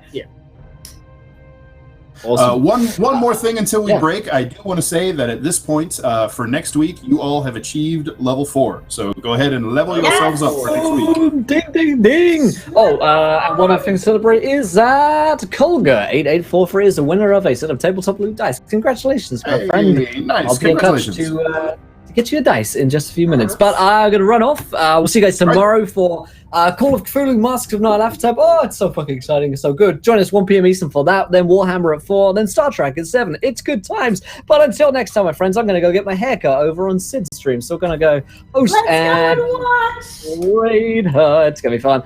Until next time, Crunch on 2. That one's not a thing. Bye.